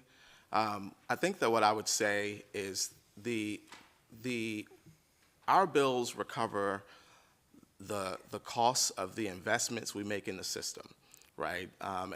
And included in the cost that we recover is what we pay to those who provide us capital. Right. And so it's, I have to resist a description that suggests that the only thing that's in rates are profits. Actually, you know, what's in rates are poles and wires and policies that we comply with. I don't want to, if the question I'm asking isn't answered, in order to not waste time, I'm going to jump right in, because again, I recognize your job is to, you know, keep the conversation flowing, and you're in a position of not being able to, it seems, to not be able to provide answers that you know. So just first, that's a number. And I'm asking because you sort of say, well, 97% get put back into the business. So does that mean you're only offering 3% dividends to investors? And I don't think that that's something they would do. So is it that if you're talking about dividends, you say you're paying dividends, of the number over expenses, how much of that is paid in dividends to investors? So it sounds like you're looking for a specific number that I don't have, but I will bring to you. I'll bring it to you. That's great. And then I guess for all the companies, Senator Washington, can you make this last? I will try. Okay, because please. it raises the question of, like, are we talking to the right people? In other words, you have a board of directors, I'm assuming. Like, who's hired the board of directors, and they set the policy. I mean, the people we're in front of, you're not setting the policy. You're not making the decisions, you're reporting that. So that's kind of why I wanted to, you know, sort of ask those questions about some sense of a responsibility to share, you know, in the burden. And, you know, I'm the Senate Chair of the Ratepayer Protection Act, and, you know, we're asking those questions. And then really finally, though, is the capital expenses, the $38 billion that Exelon is anticipating to spend over the next 4 years, which was raised by our colleagues.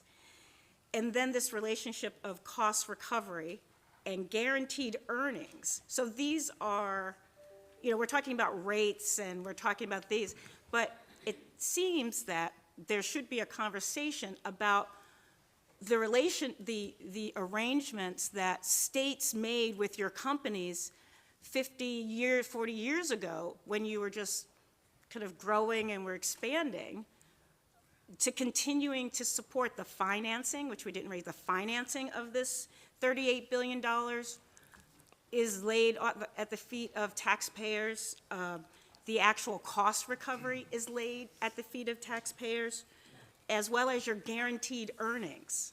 So those are the types of questions and answers that we need to really, I think, make a difference here. Is there anybody who would be willing here, and certainly go back and ask your investors or the people who they've charged to manage and set policy, is anybody willing to have a frank conversation about getting us through this very difficult time and accepting a reduction or a change in this arrangement that was made that clearly is no longer serving the interests of the public and of ratepayers? So I'll take that question because you're one of the cherished members of the Senate in my service territory. You know, the thing that I'll promise you is that there's no such thing as guaranteed profits in this business. Every penny we invest is thoroughly reviewed. The conversation that I think you're getting at that we are willing to have, right, is what are the expectations from you and your colleagues and other policymakers?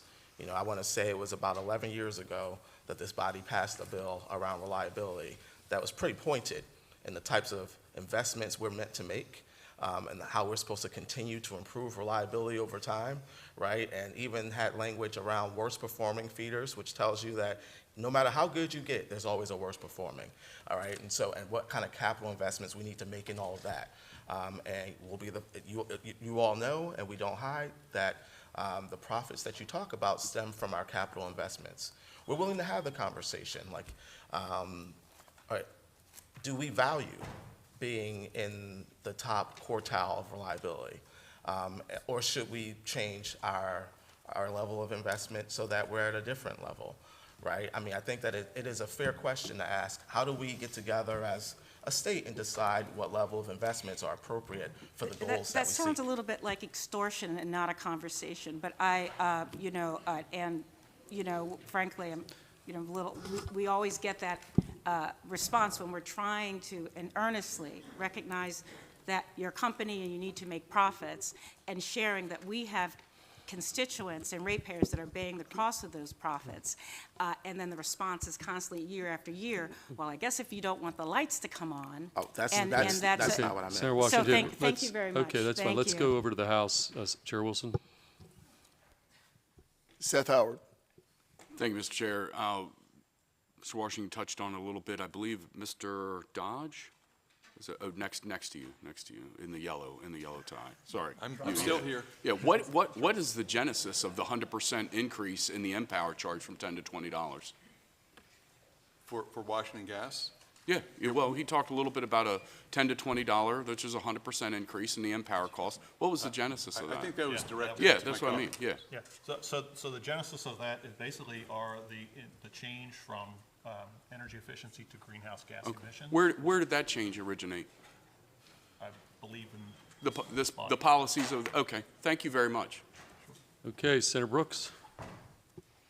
Thanks, Chair. Mr. Washington, we're not picking on you, but, It's okay. I'm here. I'm in your service territory, yes. Yeah, we're talking about the electricity. I want to speak a little bit more about the gas and then the distribution charge. I pulled up my bill. This is a bill for December, and I went back and I looked at the distribution costs for both the KW 8 kilowatt hours and then, of course, the therms for gas. And on the electricity side, the distribution charge was 59.36%. Yeah, my delivery charge was almost twice that of my usage, my supply. Yeah, on the gas side of the equation, that was 64.81%. overall, and then of the total. And I took the distribution charge, and I divided that by the total gas charge, which would include the customer charge, the Empower, and all the other franchise fees and all of that. That came up to be about 87.07% of the total, you know. So a large portion of my bill, I know, is basically, you know, I guess you call it delivery and distribution charge.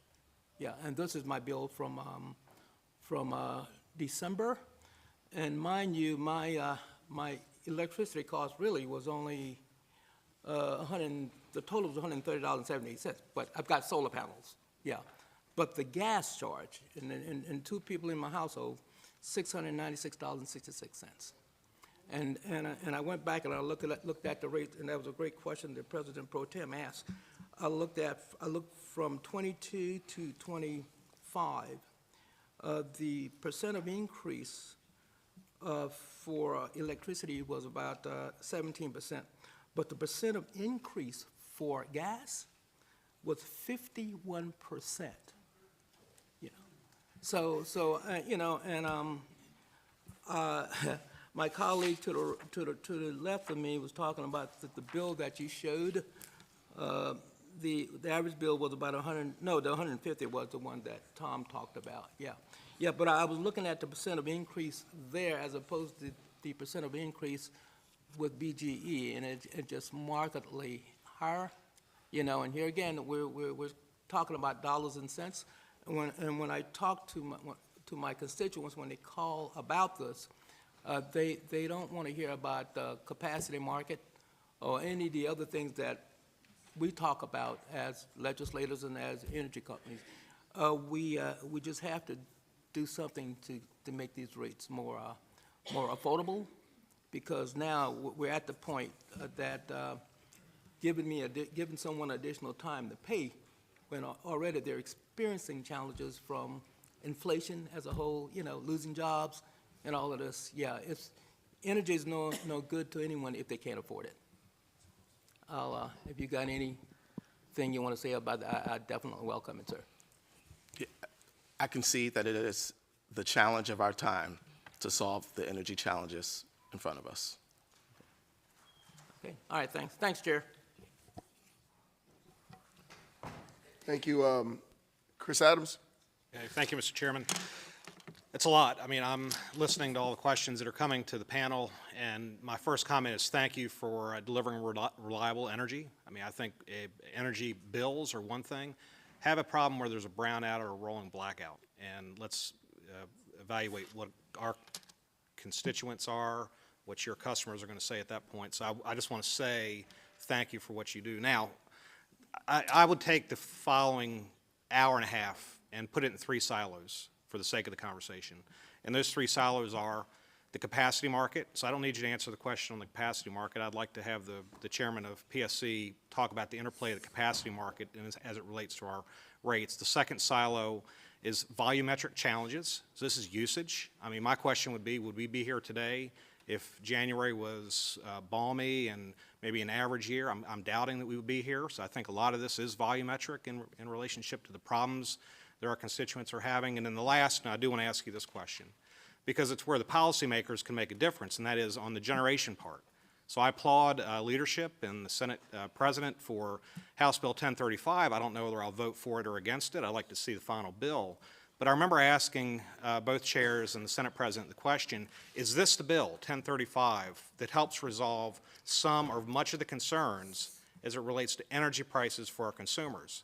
And the answer, I'll have to go back, but I think it's generally speaking, in the long run, we need to improve our generation capacity in the state, which will benefit us in the rates that we can deliver to our customers.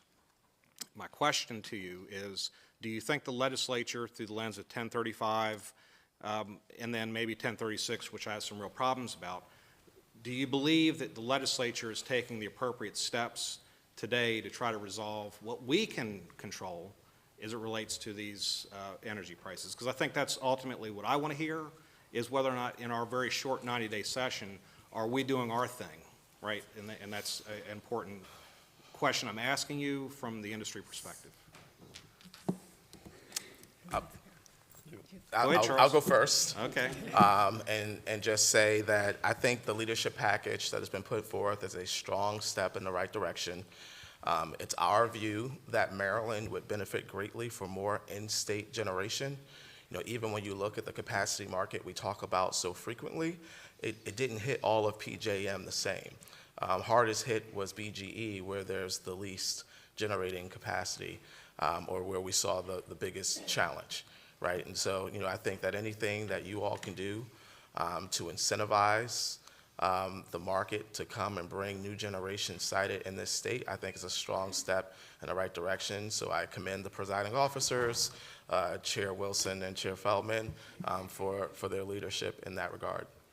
Yeah, and as far as for Pepco and Delmarva, I echo the same comments that Mr. Washington said as well. We're in full support of the leadership bills to bring on new generation for the state of Maryland. Okay, on that good positive note, why don't we, I think we got the gist. Let's go to Senator Hester. Mr. Chair, and thank you all for being here today. I want to start by thanking Mr. Washington for coming out to address an issue with a farm in my community on a very cold day, and we finally got that sorted. My question stems from a call that I got from a woman who is my constituent who spends her winters in Florida. And she called up my office and she said, "Why are my rates so high? I'm in Florida, my heat's not even on." And so that goes back to the distribution charges for gas. And I'm just curious, like when I look at all this, I'm trying to put things together, right? I have something in front of me that says, you know, BGE's gas delivery charges have increased 50%, you know, since 2020, so that's 5 years. And then I have something else here that says BGE's 90-cent per therm rate is twice that what Washington Gas is. And then I have something else here that says, you know, the average growth rate in distribution charges between 2010 and 2023 was 3.5% for electricity and 5.7% for gas. And BG's rate increase proposed in the MRP, the multi-year rate plan, outpaced those historic growth rates and are significantly higher than inflation, which averaged 2.5% from 2010 to 2022. So my question is twofold. One, are these multi-year rate cases working? And I'd like to hear from a utility who has them and a utility that doesn't have these multi-year rate cases. And two, for Washington Gas and BG&E, who both use STRIDE, how can one policy result in such different economic, you know, impacts from the two different companies? So I'll take the MYP question. And, you know, again, I really wish that my other witness was up here to support me in this answer. But what I'll say is, from our perspective, the MYPs are working. That, like so many things you all deal with, they are one factor in a multi-factor situation, right? And folks are kind of zeroing in on that. But we're in a situation where a period of time where we're seeing higher investment to deliver on what our customers need. That would be true whether we were doing a historic test year for our rate proceedings or multi-year rate plan. So if the investment is the same, would you mind just, like, even for a pilot for the next 2 years, going back to the old rate case way? Yeah, I think it'd be more transparent myself. Yeah, so I think you actually lose transparency that way, Senator, because, you know, the way the historic test year works is there's no opportunity for folks to get together and talk about what investment should be made. In the MYP, we bring a plan and everybody weighs in on whether those investments are the right ones to make or not. And they're not automatically approved. That's a question that you can ask the next panel. Many parties weigh in on whether each investment makes sense. And then at the end, we come back and first have to demonstrate that we did what we said we would do, that we did it prudently, and that it's delivering on the things that we said it would deliver on. So that's miles more transparency than us just doing what we think makes sense and coming back to ask for recovery on that. Why are the rates so much higher under these multi-year rate cases? That is the question. It's costing my people so much more money. Yeah, I think that what you're seeing is a period of time where we're investing heavily in the system to achieve all of the directives that are put forth by policymakers and that we need to do to achieve benefits for our customers. It happens to be that we have the most transparent mechanism in force right now, but that we would see some increase. I mean, if you look at the slide that I put up earlier, right, that demonstrates the change of our electric bills over time. The entire industry is moving in the same way across the country as we are moving to meet the coming challenges. It just happens that BGE is kind of far at the bottom of the pack in terms of our rates, and we think that that's due in great part to the commission being able to manage our investments with NYP. Mr. Chair, if I might, just nobody else is doing these multi-year rate cases. Could I hear from somebody else? Why are these multi-year rate cases necessary? Yeah, and I will correct. So at Pepco, we are too also doing an NYP as Could well. I hear from a non-Exelon company, please? I have our rates expert behind me, but he has shared with me that we're kind of waiting for direction from the Public Service Commission to see what they think about the multi-year rate plan. So right now, we're just kind of waiting to see how this plays out. But you don't have a problem with the way you're doing rate cases right now, do you? No, we haven't. Okay, so I think the old way was working. My other question was just about the difference in STRIDE, and this is for Washington Gas and BGE. You both have implemented STRIDE. They've had really different economic outcomes. Why is it costing us like less than $2, you know, in Washington Gas service territory and so much more in BGE? Well, I can speak to the Washington Gas experience, of course. In the last year or two, we have taken to heart the Commission's admonitions to us to take a very close look at our capital expenditures, not just in STRIDE, but overall. So in addition to the modeling for risk ranking, by which we determine the eligible slate of projects every year, we've also interposed a new process internally to look at the risk reduced by dollars spent. So we are really trying to target the most vulnerable pipe. Remember, it's not leaking yet, but the model said it is prone to leak. So that is one way that we've changed our view of our STRIDE investments in the last 12 to 15 months. I don't know if that helps with the question, but No, it's the only analysis I can provide to distinguish. I mean, I think you're taking, what I heard you say is that you're taking a risk-based and affordability-based analysis of where you're going to implement STRIDE. And I'm just curious if that is the way the Exelon companies are doing it also? Or, Sorry. because what I've heard is that, I mean, that it's doing kind of a big block at a piece of a time as opposed to going to where the biggest leaks are first. The BGE is taking a risk and affordability-based approach as well. We file with the Public Service Commission at the beginning of every year each plan that we intend to embark upon, along with what factors were contributing to selecting that project. I think the difference is that when you have the oldest gas system in the country, the risks, you have more projects that kind of reach that risk level that require that they be replaced. And so we have about 900 miles of cast iron still remaining, and that's significantly more than any other gas company in the state. But what I would say is that, again, the great benefit to the system that you all have put in place is that we don't get to make those decisions in a vacuum. It goes before experts at our regulator who looks at what we say is a risk, and they determine whether those things are actually a risk. And the PSC has denied projects in the past.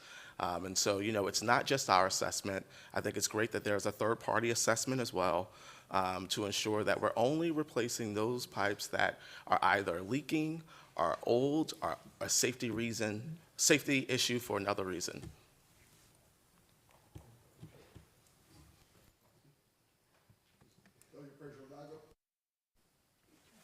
Thank you, Mr. Chair. So I have a question that, Mr. Troxel, you're not going to be surprised that I'm about to ask. We're talking about billions and billions, but I'd like to talk about millions for a second. Of everybody up there, can you tell me who charges the transaction fee for when you pay your bill? Just straight down the line would be great. I mean, I can tell you that if you are not signed up to our average payment plan or have direct deposit, there is I believe now a 50-cent transaction fee that's charged by our third-party provider each month to a customer. Okay, and if you pay via credit card, it's significantly higher, is that correct? I don't have that right in front of me. I can get you. $2.75. Thank you. Straight down the line, please. I'm trying to get that information, Okay. sir. I'm also phoning a friend. Actually, I just, Delegate, I just got my answer. We do not charge. Okay, so not even if it's auto-enrolled or if it's a one-time payment, you do not charge? That's correct. Okay. I can go next. I don't have my phone with me, so I can't phone a friend. But I can tell you that as of our last Maryland rate case, we stopped socializing the cost of these transactions across our entire customer base, and we do have a modest charge that we derive from what it costs us to pay the vendor or pay the credit card company. Okay, do you take into consideration what you save by not having to process a check? Yes, we do. Because I'm not a banker, but it seems to me like you would save a lot of money by not having to have employees process checks and put checks in the bank. So and that I'm a little savings is- confused as to why there's a finance charge at all, or a transaction charge. The savings that the labor costs and so forth, those are reflected in a lower cost of service. And I don't have my phone, so I can circle back with you on that answer. Yeah, I see at least one more blinking light from a BGE area legislator, so if I get it, I'll tack it on to the end of my next Okay. answer. I mean, the reason I ask is because we're talking about billions of dollars, but everything counts. And when I just do some basic math, particularly for Potomac Edison, that's as much as, $1 to $2 million a year. That is income that's being garnered on the rates of the back of the ratepayer. So my second question is, as far as your websites are concerned, how detailed is someone's ability to log on to their account on your website and see all of their itemized information, so they can look and see exactly what their bill is, see the itemization of every single charge? Yeah, so I know as far as for Pepco and Delmarva, it's very extensive. And so that's one of, if they sign up for my account, that allows them to not only be able to see their current monthly bill, every line item, every surcharge, every tax, everything that is applied, but then they also can see their past payment history as well. So if they want to see what they are paying January of 2025 compared to 2024, they're able to do that as well. So it's very extensive when it comes to the information that customers have to be able to really dive into their account and understand their account and manage their account. As well as the electricity used and temperatures and? Yes, and actually it goes on a Very- daily and hourly basis. And the other part that's really nice about it that I mentioned is literally they could say, notify me when I have reached $50 of usage, and then literally they'll get notifications. And that's something you can almost do daily notifications as well. And it provides other cost-saving, energy efficiency information for the customer as well. So we highly, highly recommend people to sign up. Well, a well-educated, being able to have access to all that information, I think, can help people make choices. Absolutely. Mr. Washington? And Delegate, our bills are nearly identical, so I'll co-sign everything that Ms. Valencia McClure said, and I'll throw in that we do not charge for payments by check, credit card, or PayPal through the BGE website. Okay, no transaction fee. Good? Okay, let's No, go to. I'm sorry. Oh, you have more? I'm still waiting for it to go all the way back down. Yeah, thank you, Delegate. At SMECO's website, we also have a bill explainer where every charge on a sample bill is there, and there's a dialog box pointing to every one of those charges, where they come from, why they're there. And similar to what my colleague said, we have an account manager feature where you can go online, see your usage at a every single day at a very small increment period of time with the temperature overlaid on a chart. Can you see it by the hour? Yes, sir. Okay, for Potomac Edison, I do want to clarify the check fee that you spoke about earlier, that does not go to Potomac Edison, that goes to a third-party provider, so we're not earning Yeah, that $1 or $2 million. ACI Speed Pay, is that who it goes to? I believe so, yes. Okay. And then for your answer for the, how much information we give our customers, we do give them most of the same information that's been spoken about by by my counterparts. However, we do not have smart meters, so Potomac Edison is only able to give that information out to our customers once a month or whenever their meter is read. As you know, we've not We've had this we've not conversation. invested that large amount of money to transfer all of our customers to smart meters. Okay. Ditto. We have a great website and an app that we rolled out over the last 12 months, has all the information on a month-to-month basis. Washington Gas does not employ smart meters either. So they can't see day by day or hour by hour? Okay, We and just for we Mr. could Troxel, install a just, smart meter for a particular purpose, but we don't deploy them. got you. Mr. Troxel, just as a follow-up, we can follow up offline, but I would ask that you reach your tech support people and talk to them about two things. One is why that decision was made to move to ACI speed pay at this particular time or at all. What you had was working great. I don't know why you did it. And number two is you used to be able to get an incredible amount of information off of your website as far as bills are concerned, and that's no longer available. I cannot find it on your website. I can look at an itemized bill as I could 4 months ago. They're all gone. So I'm happy to talk with you offline about it. Maybe I'm doing something wrong, but I used to be able to download them, look at them, and they're not here.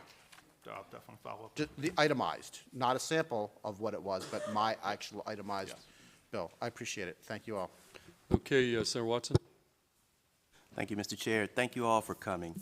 And I appreciate the insight into the operations that you all have. It's very complex, but it doesn't get to my bottom line. You know, what I'm trying to listen for is what action do we as legislators need to take? And so let me ask a different question. If I challenged each of you to reduce ratepayers' rate by 10%, how would you do it? What policies have this body put in place that have caused constraints? What do we need to do? I want you to tell me how to reduce rates by 10%. And Mr. Washington, you did allude to some policies enacted by this body related to climate change and those types of things that I kind of got the sense that might have been or might be impediments. Can you answer that? So I'll go first. I don't often like such challenges on the spot. But I've been spending a lot of time thinking about this. So I guess if I were asked one thing that we could do temporarily, you know, I think one of the things I would look at would be some of the CEF funds. And especially, I'd say, there is a alternative compliance payment that is a component of RPS that goes into a fund. And it's what people will pay if they if either the renewable resource isn't available or is too expensive at any point in time, and it amounts to hundreds of $millions a year, I think as a temporary step, some of those dollars could be shared to offset customer bills. Anything else? I would agree with Mr. Washington's assessment. Also, I believe that SMECO, we have a program that is pending at the Public Service Commission right now that would apply for low-income customers where they would provide, we would provide them a bill credit, and that proposal is pending at the commission right now. So I kind of like to keep it at that point, but farther than that, I'll just stop there. So you're telling me that every policy this body has put in place has been spot on, the best thing you've ever seen? Nothing has ever caused you any problems and has not made its way into the ratepayer's pocketbook? I mean, as I mentioned during my testimony, a lot of the surcharges that are on the bill are things that we don't control. Those are things that have been put on more by this body and others. So if there's something that needs to be done to the surcharges, that would be an immediate effect to customers' bills. Yeah. I mean, I think we as a distribution company, our operation and maintenance budget is less per year than what we are currently spending for Empower. Okay, thank you. Okay, the remaining lights are all on the House side, so Chair Wilson. Thank you, Mr. Chairman. You know, the tricky part about going last is I have to kind of sift through everything that's been asked. So I've heard some really great questions from the senators, a lot of them dealing with delivery and I want to tie it into policy. So we talked about the Empower program. We talked about increased usage for unusually cold weather. But the delivery seems to be interesting to me, and it was alluded to by Senator Hester. So in the last few years, according to the People's Council, who I guess is supposed to be in charge of looking out for the ratepayers, they have on their website a section that says, "Why are my rates going up?" And they have focused on specifically the delivery of gas and electricity. So for gas, for example, they said that the cost to deliver the gas has gone up 50% in the last few years, and then for electricity, it's gone up, 30%. And so kind of piggybacking onto what my friend Senator Watson said is, in the last few years, have there been any specific policies from this body that have caused the cost of delivery on gas and electricity to go up? Because here's what's going to happen. Depending on how you answer, it's going to be inferred that you're increasing the cost for delivery on ratepayers, and that it's coming to you in some way which we can't see, and that's why everybody keeps asking all these probing questions. What I would want to see is give you an opportunity to tell us if there's some policy or law put in place related to delivery that have caused the price to deliver gas and electricity to our ratepayers has gone up. So whoever wants to take that, I thank you. I'll start off. And when Senator Watson asked the question, I thought, I've never heard the question posed that way, so I welcome it in both forms. The one policy at the state level that I think most impacts us, whether it's on accelerated replacement or regular replacement, what we call betterment, are local permitting issues and local requirements of how much that we pave when we make an 8-foot cut. Very often we're asked to repave an entire block 200 or 300 feet or more. So, and that's because this body, and I don't know when, empowered counties and localities to manage their own rights of way, and we are seen as, quite frankly, a free paving service for counties and localities. And I can tell you that on some of our projects, that accounts for 30% of the project, above and beyond pipeline and labor. So that's the one thing that comes to mind, and we're happy to talk more offline about that. Well, I don't want to walk away with just asphalt, so give me something else.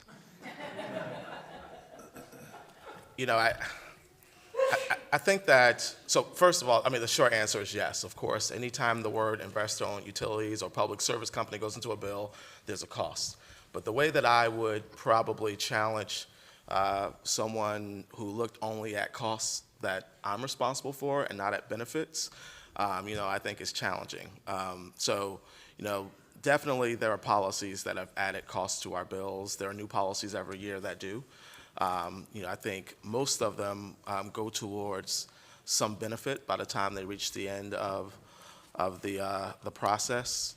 But I think the question that you're asking and that Senator Watson is asking is an important one, because especially at times when we're looking at those costs, and I'm saying you got to look at the benefits too, you got to know what those costs are, right? And so, I've personally thought through a number of things that I won't go all the way through here today. Well, but I'd like to hear at least one. Okay. Well, I gave you one already, right? So I talked about the alternative compliance payment. That is a policy from the General Assembly as part of the RPS that could be temporarily waived. And it's hundreds of millions of dollars a year. I think another one that used to be a regular talking point for my company that we've kind of given up on, that'll be the one extra one I give before I run out of time here. And I'll say, I think that it may be time for us to look at how we calculate the benefit for net energy metering.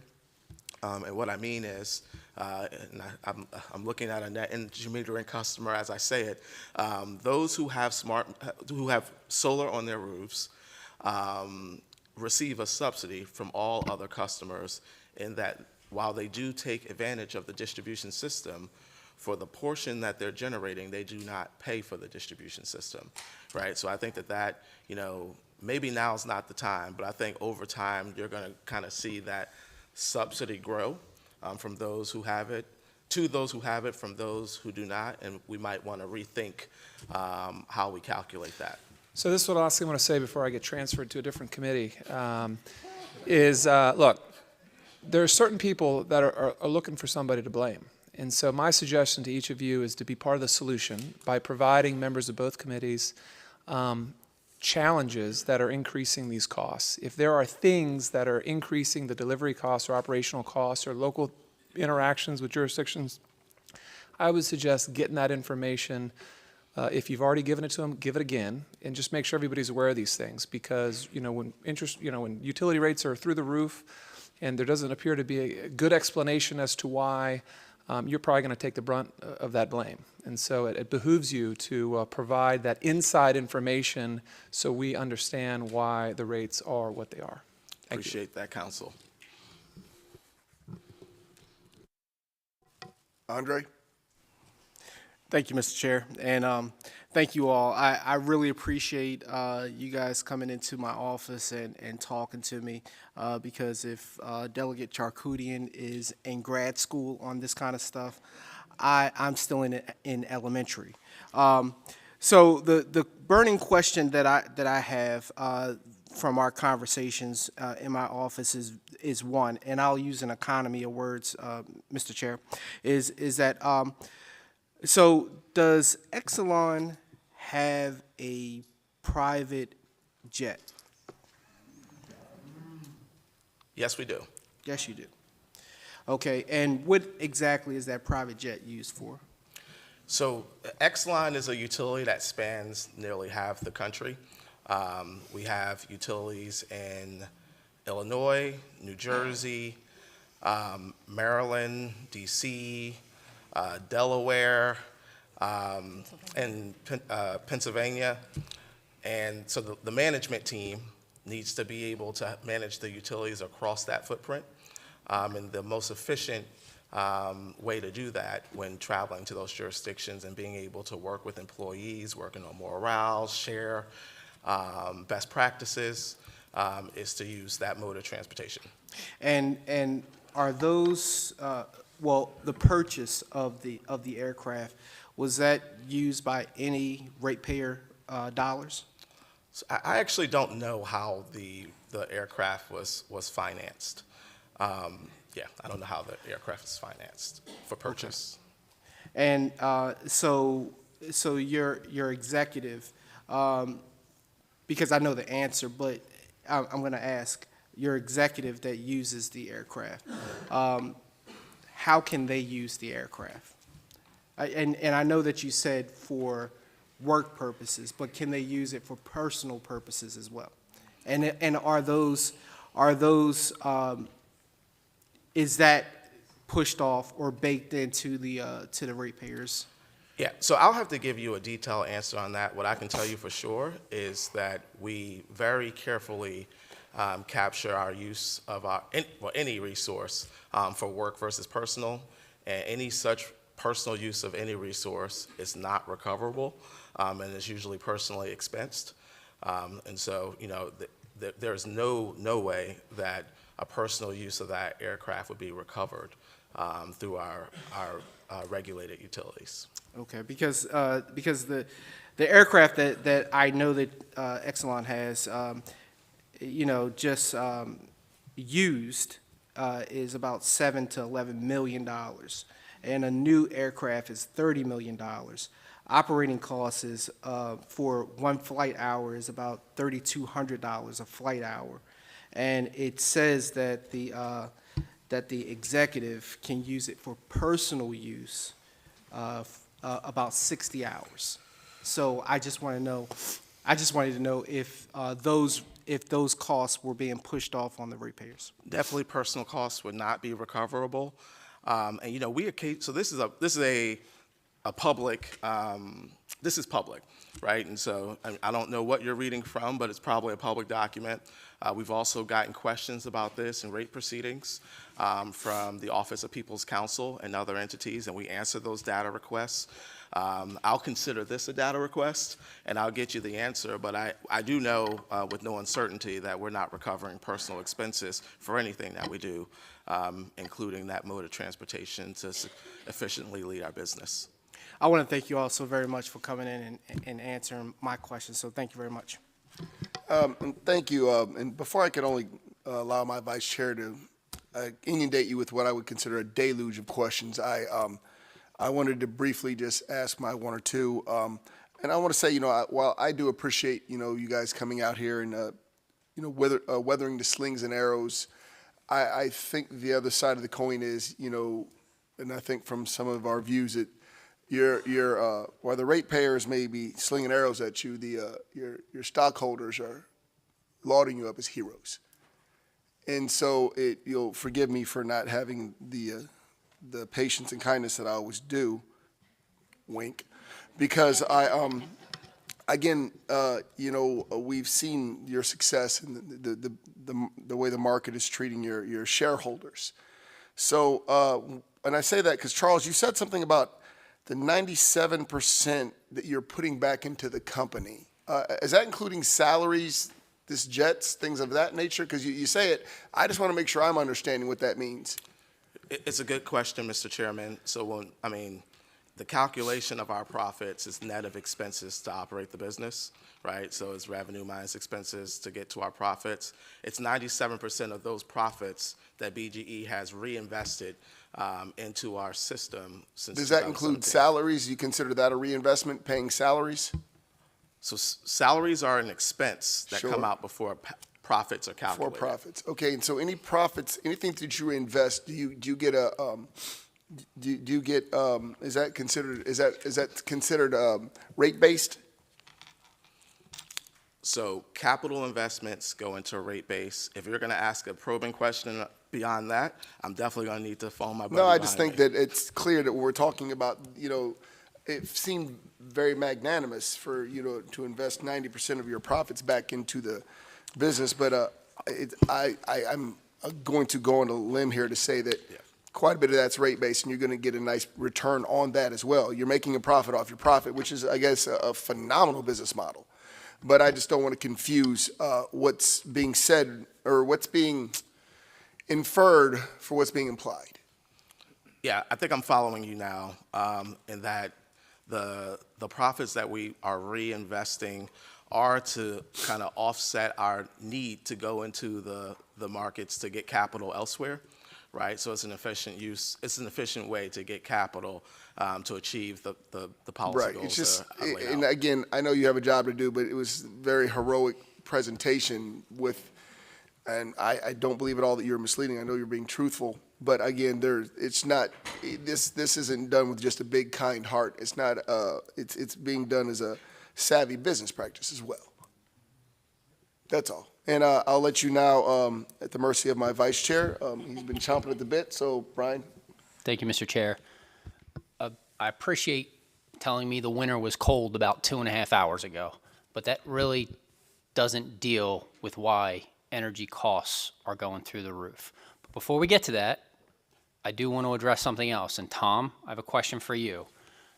There's been a certain individual that lives in a bunker and has been whipping up a whole bunch of rhetoric on social media that largely surrounds the utility rates going up. That individual is part of NRG or is paid for by NRG. So I'm going to defend you here to start, and I want you to talk about some of the false claims around SB1 from last year that seems to be a mistiming of when that bill went into effect relative to the energy rates, and if you could touch on that to start. Thank you, Mr. Vice Chair. There has been a lot of discussion on social media about SB1, which I would characterize in my 20 years of lobbying in Annapolis the most consumer protective bill that I've seen in my career. And I think a lot of SB1, the reforms that this body took and put in place, has 100% benefited ratepayers. And here are the numbers for SMECO. Remember, we're 180,000 customers in Southern Maryland. And since 2017, we've done the reporting, we've sent it to the Public Service Commission, and the reporting was used as a model for SB1.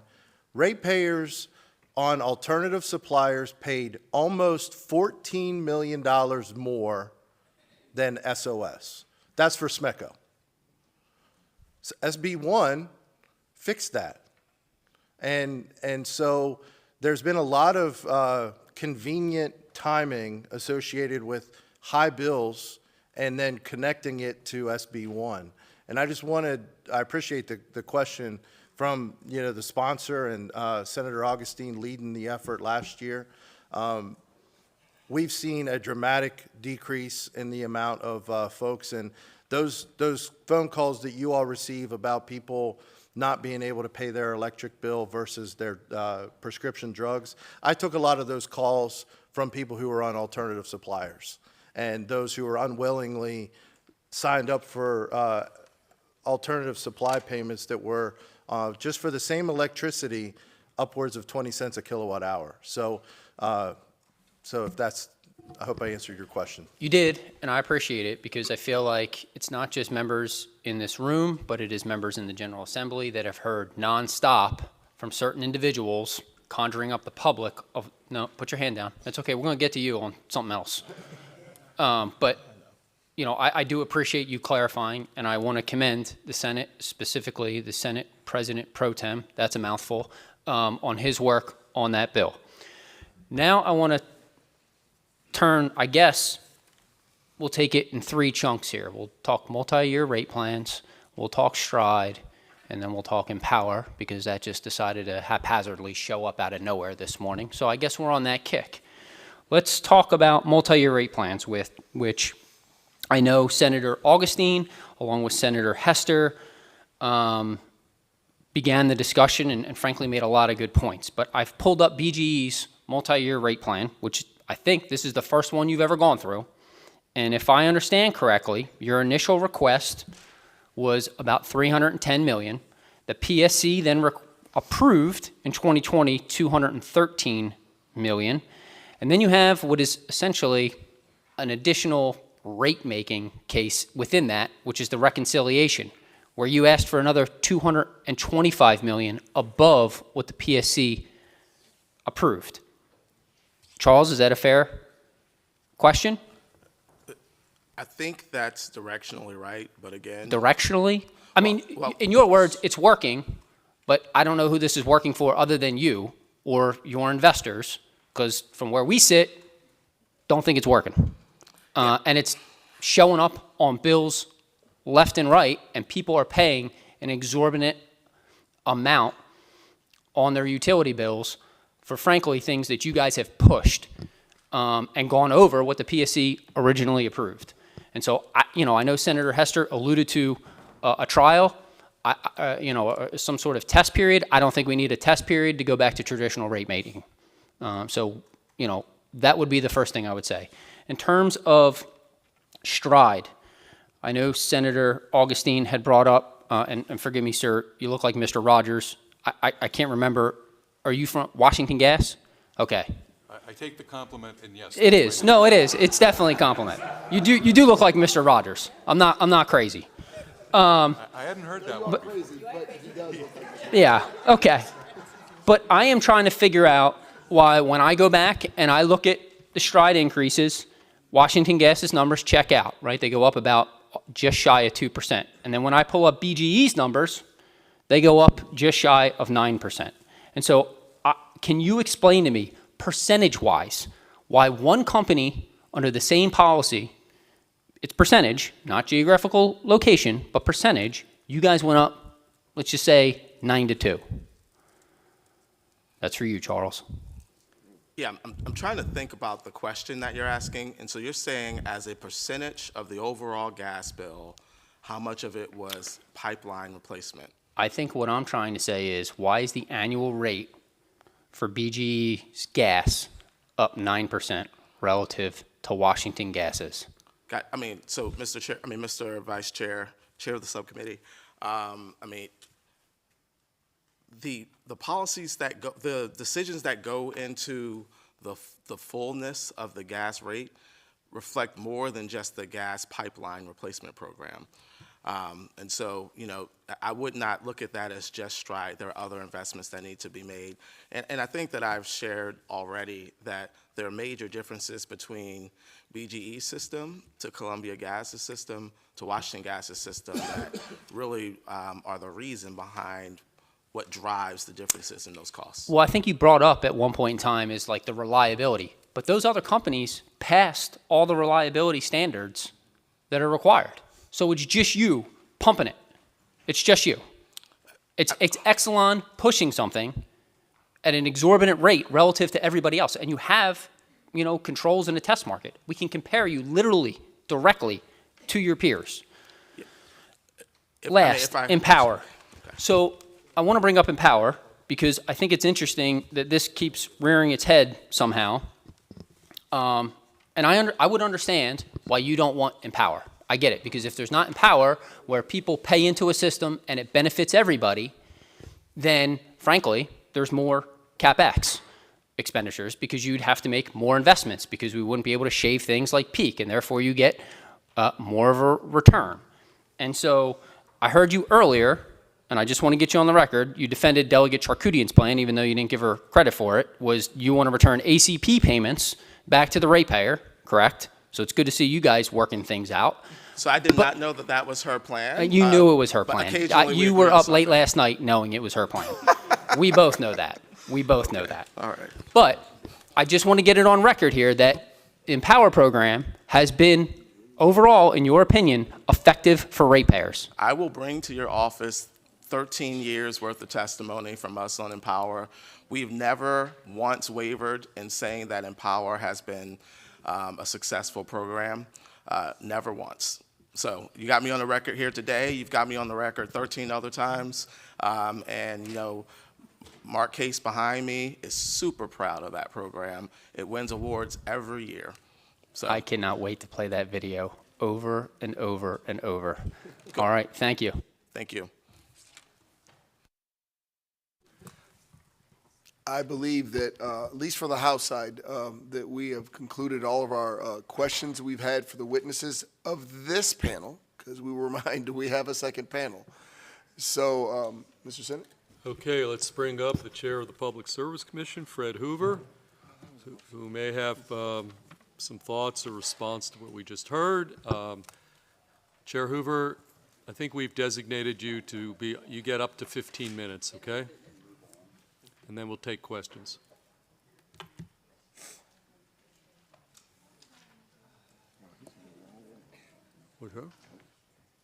And Mr. Hoover, I asked that, again, as I've done before, if you could please try to use the economy of words. I know that you're a smart man, and I know you've got a lot up in that juicy brain of yours, but man, we just want to make sure, please, bring us to the point.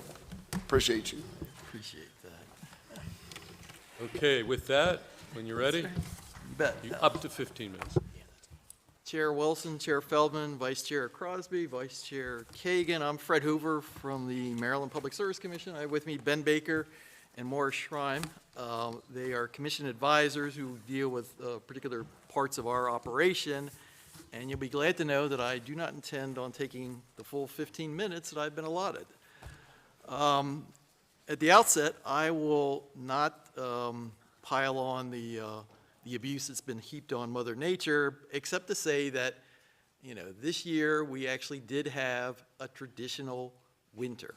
As been remarked by a number of other witnesses, we've sort of been lulled into the situation of relatively mild winters, and this year we had not only normal winter temperatures, but we actually had 2 periods of extended below normal temperatures, similar to the polar vortex situations that we've gone through in the past. And as was mentioned by the utility panel, that does drive demand, which has a huge impact on the price of the rates that customers pay.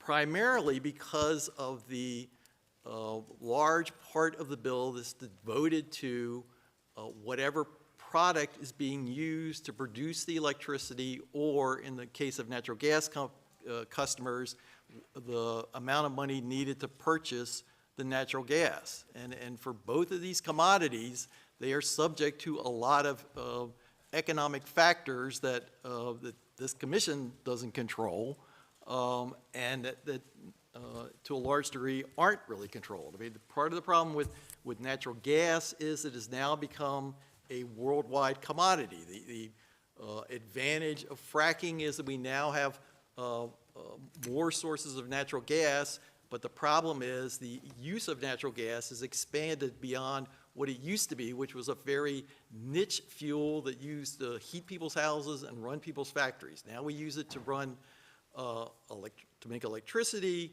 and we're also now shipping it all around the world, which means that natural gas is going to become a lot like oil. It will become subject to all of the price volatility from worldwide events, economic events, national security events, and things like that. So the price of natural gas is destined to be a fuel that is no longer to be just this normal fuel that you can control and be assured that the price will be at a certain level. It's going to be subject to more price demands. With the electricity situation, the problem is that, you know, unlike the old days when the local distribution companies owned the generation systems and it was all one operation, we now have a divided industry. So the making of electricity, however you make it, windmills, nuclear power plants, natural gas plants, coal-fired power plants, that's all considered to be a competitive business. And it operates through this market, and in our situation, the PJM system, where they put out a need for electricity. The people that own power plants bid in the price that they're willing to provide that electricity.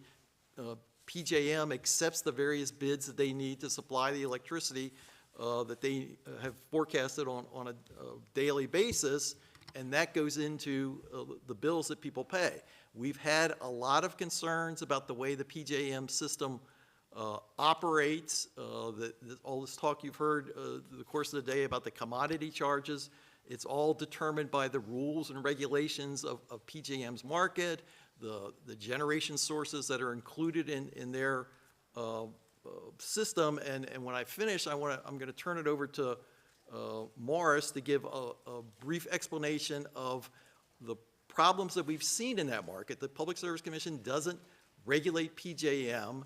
We're not even a participant in one of their stakeholder committees, but we do actively interact with PJM through a regional organization of public service commissions, and we're actually an active litigant at the Federal Energy Regulatory Commission, which is the body that oversees that operation.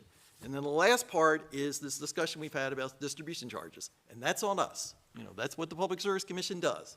The investor-owned utility companies and the co-op, SMECO, when they want to increase the price of their product, they file what's known as a rate increase case, and our proceedings are essentially a mixture of the process that you use when you enact legislation and a court case. I mean, we have hearings where we hear from experts, we have public hearings where we hear from the customers themselves, but we also have a situation where there are active litigants. So the utility company puts forward the reasons why they want to be able to raise the price, which has to do with the money they need to operate their company, to pay the employees, to buy the products and services they use, and also the opportunity for them to earn a rate of return. It's not a guaranteed rate of return. They're given an opportunity to earn a rate of return, which is supposed to mirror the type of profit that a fully competitive company would undertake. We analyze all those things. We have participants in our rate cases that are against the utility company's proposals. One, a state-designated representative for residential customers, but we also have participation from most of the major commercial users of electricity, and all of them argue about how much the increase should be, what the pot of money that we give the utility companies should be, and then there's a secondary argument about who pays, which is known as rate design. And so these are very complex proceedings that we go through, but the rules of the road that we use to make these decisions are the rules that you've established through the Public Utilities article. So we are required to provide for the companies the prudent expenses that they have expended in providing service to the customers in order to provide safe, reliable service. And the term of art that we use in determining what that price should be is the rates are supposed to be just and reasonable. And there are Supreme Court cases that govern the ability for us to determine what the rate of return needs to be because the companies, again, because they're private entities, are allowed to recover the prudent expenses that are made and given this opportunity to earn a rate of return. And so with that, I'll conclude my remarks, and let me turn it over to Morris to talk a little bit about the commodity charges that are seen on the bills and the PJM situation along with what we do at FERC. Hey, Morris, give us your full name.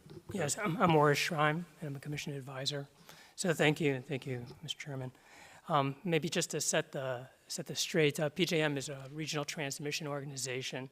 So its responsibility is to plan and operate the transmission system and to construct and operate what they characterize our markets for capacity and energy, what we see on our bills.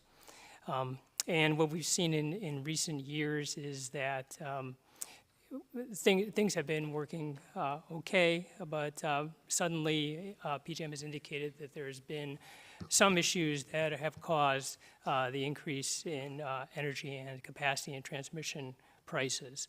I think they probably came in and spoke with at least one of the committees and talked about increase in demand and low forecast. That's part of it, but there are other issues as well. They've taken a look at the resources that are available to operate during very extreme events, noted their performance capabilities, and constructed a new way to value those resources. It's a risk-based, performance-based type of approach. On paper it makes sense, but I think what they had proposed and projected in cost increases at their filings at the Federal Energy Regulatory Commission and what actually happened were a little bit different.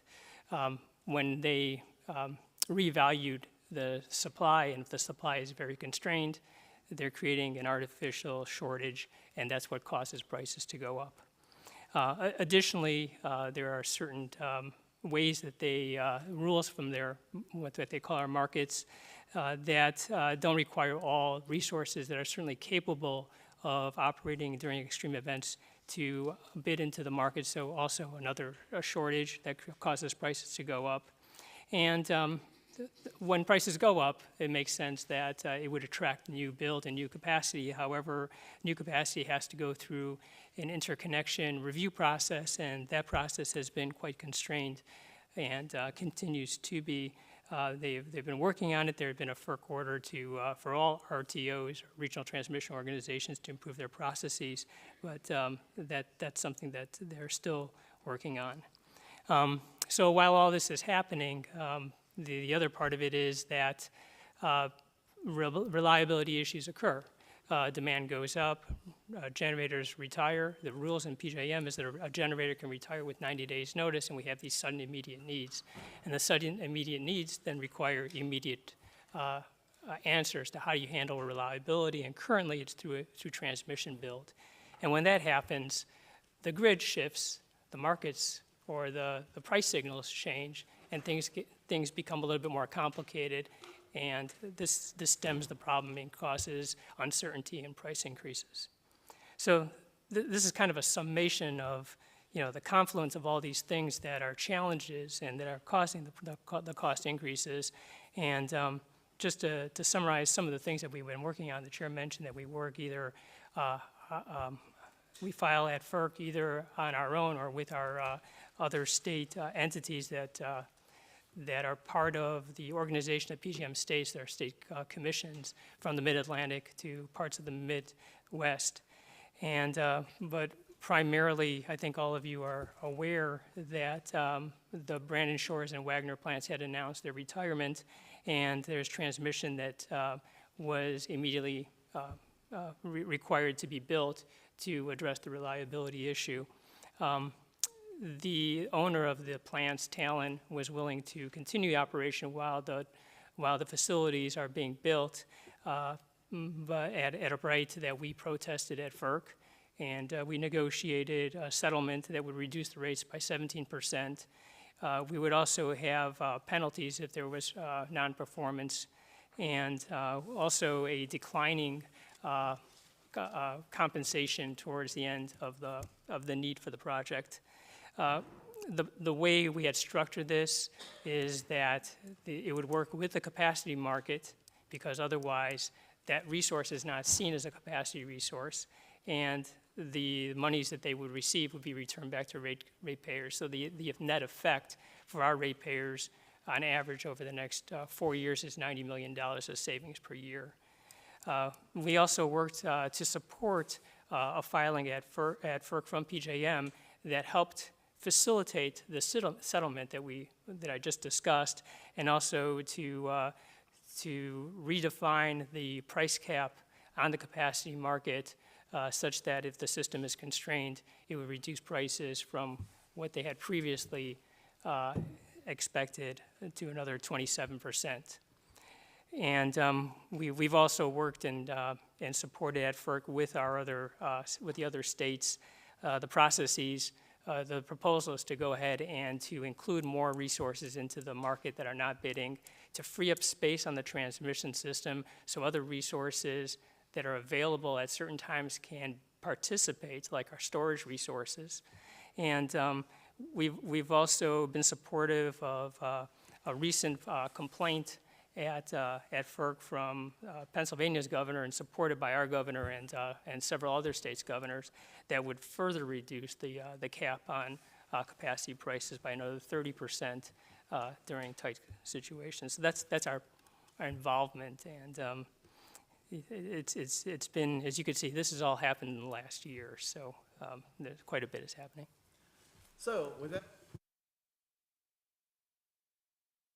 because there's a number of topics that I can't necessarily opine in any great depth because they're actually pending matters before the commission, so I may defer to Mr. Baker so that you just don't get a cryptic answer from me. Thank you very much, Delegate Boafo. Thank you so much, Mr. Chair. Chair Hoover, always good to see you. Two really quick questions. The first is, over the last couple of months, there's been a chorus of folks really asking the PSC to either rescind the rate hike that went up in January or consider a halt on future rate hikes. You've heard it from our federal delegation, folks here in the state, right. Also a massive choir of folks in Baltimore City. Is there an update on that request? And if so, if you can provide some more context on where the public service commission is at. Yes, I actually got the letter from you and one of your colleagues, as well as a letter from Congressman Fume, Olszewski, and Elfrith. And we actually just sent the response to them yesterday.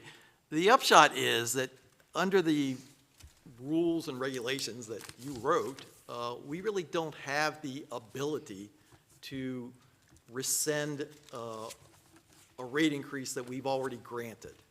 And so, I mean, there's a concept in this business known as retroactive rate making, which essentially says that when a commission has made a determination about what the rate is and what we've decided is a just and reasonable rate for that utility company, we cannot, the next day, absent some extraordinary situation, go back and say, no, we changed our mind, we want to make it lower. So until there is a rate increase proposal by that company, and for us to re-examine, do we get the opportunity to sort of look at this with one caveat. There is the capacity for the Public Service Commission, and we can do this on our own or via a complaint, that if a company is over-earning, so we set a rate of return for them, and they're allowed the opportunity to earn up to that. But if they are in fact over-earning, we actually do have the ability to bring the company in and reduce the rate. This actually did happen in the mid-'80s when utility companies' rate of returns were set at a pretty high level because in the late '70s, early '80s, interest rates are even higher than they are today, and inflation was even higher than it is today. And so their rates of return in response to that, because that's a big driver for what sets rates of return, were set at a relatively high rate.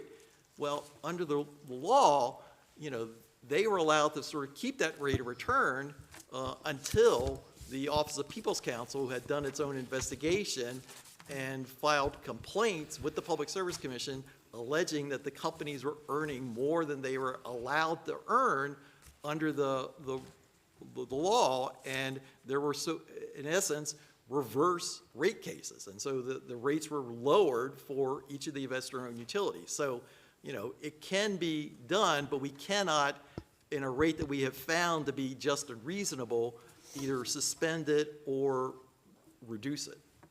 And then just, I think one more clarification here, because I think you represent Baltimore, like you're within Baltimore, BG&E. Yeah, Sorry, BG&E's customers are with you.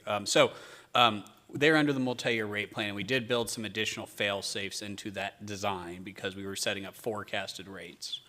And so we built in what we called an off-ramp, where if any of the parties to the case said, hey, this isn't working, or we think something's off, we could basically bring the company in and determine, okay, we think that this isn't a good proceeding anymore, and bring it down. We also require an annual review, where I believe that's actually supposed to be filed this month, if not this month, next month, where basically BG&E will show up and say, here's what we spent over the last year against what we forecasted, and that was supposed to be an opportunity for the parties to review that spend and then come to us and say, which could be a natural point in time for them to say, we don't think this is working, or maybe this is fine, and take action there. I guess one example of where that worked out is in Delmarva, where they do have a multi-year rate plan. I think after the first or second year, it was determined that they were over-earning, and we put in place a decrease on them.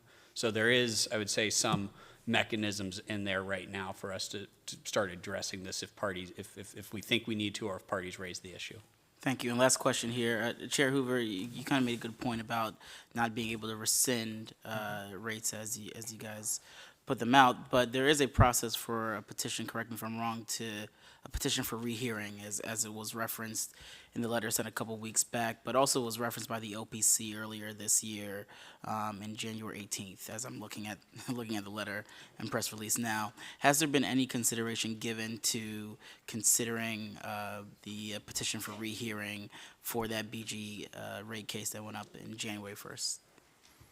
So a couple of things are going on there. As Ben mentioned, you know, there's current reviews of BG&E's multi-year rate plan. There is also an ongoing proceeding that has been termed the sort of lessons learned proceeding regarding the multi-year rate plans. Because when it was adopted by the Public Service Commission, it was adopted as a pilot, and to see if this works. And that commission, which I wasn't a member of, laid out a number of criteria that they were going to use to examine the multi-year rate plan to see if it worked. You know, things that benefited the companies, things that were supposed to benefit customers, and things that were supposed to benefit society at large. And so we're in the midst of this proceeding to examine whether or not the multi-year rate plan, that the concept of that, you know, has in fact met that criteria. And we've had, you know, proposals made to us by entities to sort of keep the multi-year rate plan just the way it is and just let it become permanent. We've had suggestions by some parties, including utilities, to make changes to it, make some fundamental ways the way it operates. And we've actually had, you know, proposals by some other parties to say, hey, this isn't working, let's get rid of it and go back to the way we did things before. So all those things are live options in front of us. You know, we're in the midst of figuring that out, and, you know, the order that we produce will go in some detail regarding whatever decision we decide to make on this, keep it, fix it, or eliminate it. But that's about as far as I can go on that. So. Thank you, Mr. Chair. Okay, let's go Senator August. The lessons learned process that's going on right now, and I know that PSC has signaled some unreadiness with the multi-year rate plan. So my question to you all is, why in the world would we have this latest one occur, particularly given this unbelievable increase, this forecast which allows them to basically write their own check, say, oh, this is how much I'm going to make, above and beyond, whatever, versus the traditional way where they got to spend the money and then they got to get the reimbursement for it. Why would you do that? Well, again, because and again, this was before I got here, but the commission decided to try this process out.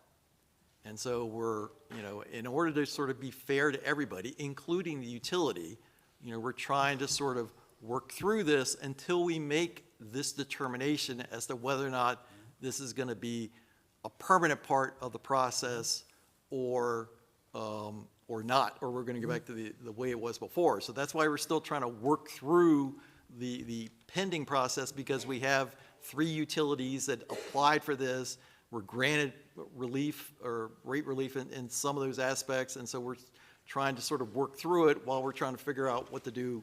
Okay, so the one thing that I would say, I would ask that instead of being fair to the utilities, let's be fair to the ratepayers. Well, Come on. and when I say fair to the utilities, that encompasses being fair to the customers too, as we determine what the It just rates doesn't are feel supposed to that be. way. Honestly, has there not been a signal of unreadiness with the multi-year rate plan from the PSC? What, unreadiness with the multi-year rate plan and how, listen, we've talked about these unbelievable increases that have occurred. You all are seeing it too. You're seeing the unevenness in the areas that you represent, the entities that you see that. Yes. So have you not felt some unreadiness? Why would we continue?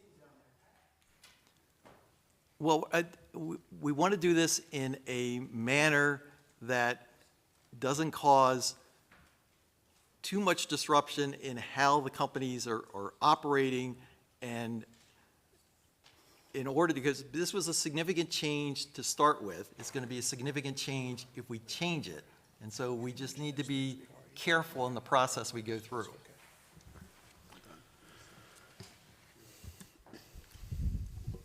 Delegate Adams. I was going to ask the other panel, I was able to ask one question, but I can ask you because it's sort of a fact-based, question, and then a follow-up if I can. So when we're talking about this caveat and perhaps this revisiting that we were talking about with Delegate Boifo, so I'm trying to reflect on that. When we were listening to Pepco, they were talking about their increases and where they came from. So Pepco-related increases were 59 cents, and then on the generation and the power side, those two equaled $15.49, so $2.25 from power, $13.25 for generation. That was the testimony we got that related to where the increases were coming from. So in these rate-setting revisits, so to speak, which one of those 3 items is PSC able to revisit?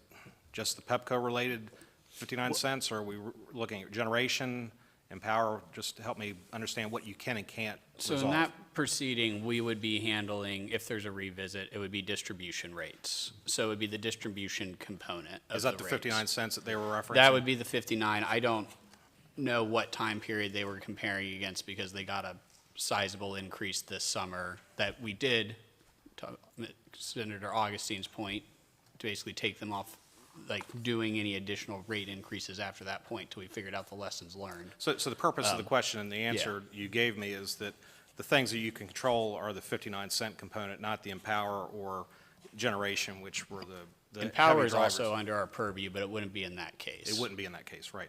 So the follow-up question, I suppose, to that is that, and it was my question earlier, the silos, capacity market, volumetric challenges, and then generation. So the point I'd make about the capacity market, last year there was a report commissioned by the Maryland Office of People's Counsel by Synapse Energy, and they concluded these auction prices will pass through to customers, increasing electricity bills by up to $250 per year for residential and $2,700 for commercial customers.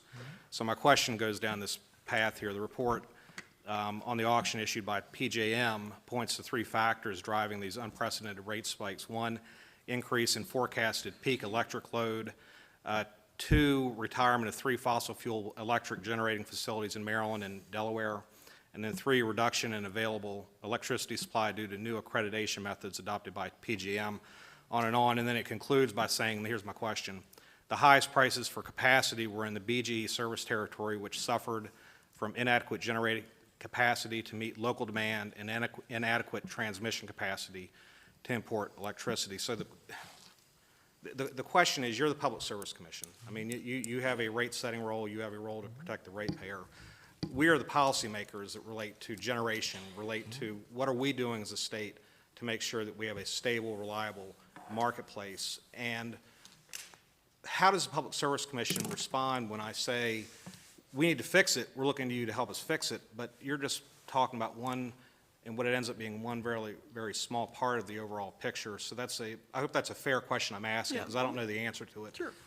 So I think, I was here the other week testifying in favor of the number of bills that were designed to try and increase generation facilities that could be located in the state of Maryland.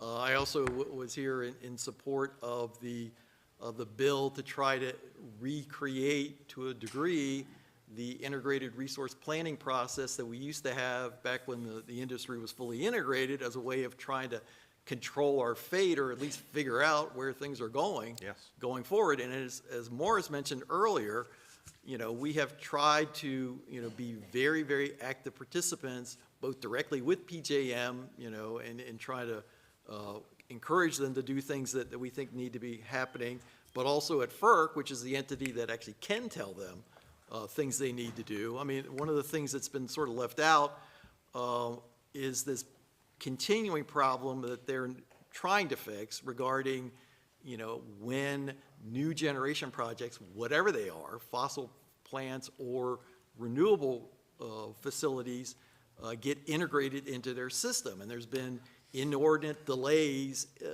over the years in their process, and they've admitted that the process doesn't really work and they need to fix it. They've proposed some ideas to fix it. We'll see, if that does, but all those things need to happen in order to make sure that we have not only enough generation, but reasonably priced generation. So let me just close by saying I thank you for your testimony on this subject, but also on the bills from last week when you've come in and talked, because I think the legislature is trying to deal with this, but it's not as simple as saying, here, cut profits. It's not about just simply saying, hey, come back in front of us and do these things. Some of these are longer term issues, and I did listen to what Morris had to say with interest, because it does seem like where the bigger opportunities for us to deal with these sort of problems does not happen within the context of PSC, but rather through PJM and what we can do to participate in that market to make life better for our citizens. So thank you. True. Okay, Senator Washington.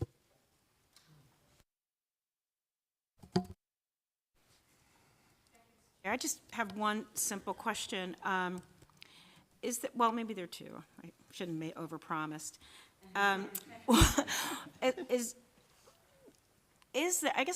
Why is there no independent oversight of STRIDE spending before utilities recover their costs or from customers? Or are there regulations? Is there a way to review them, to have an independent review of STRIDE spending?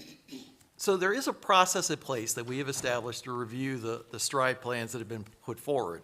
That being said, I did testify in favor of the bill that's pending before the legislature to try and tighten up the requirements on STRIDE, because I think there's a need to require the companies to focus a little more on what STRIDE was supposed to accomplish, which was deal with the infrastructure that was causing safety concerns and methane leakage. And so I think there's a necessity to try to make sure that, when we review these things, that we are, approving infrastructure improvements that address those two things, because that's what STRIDE was after.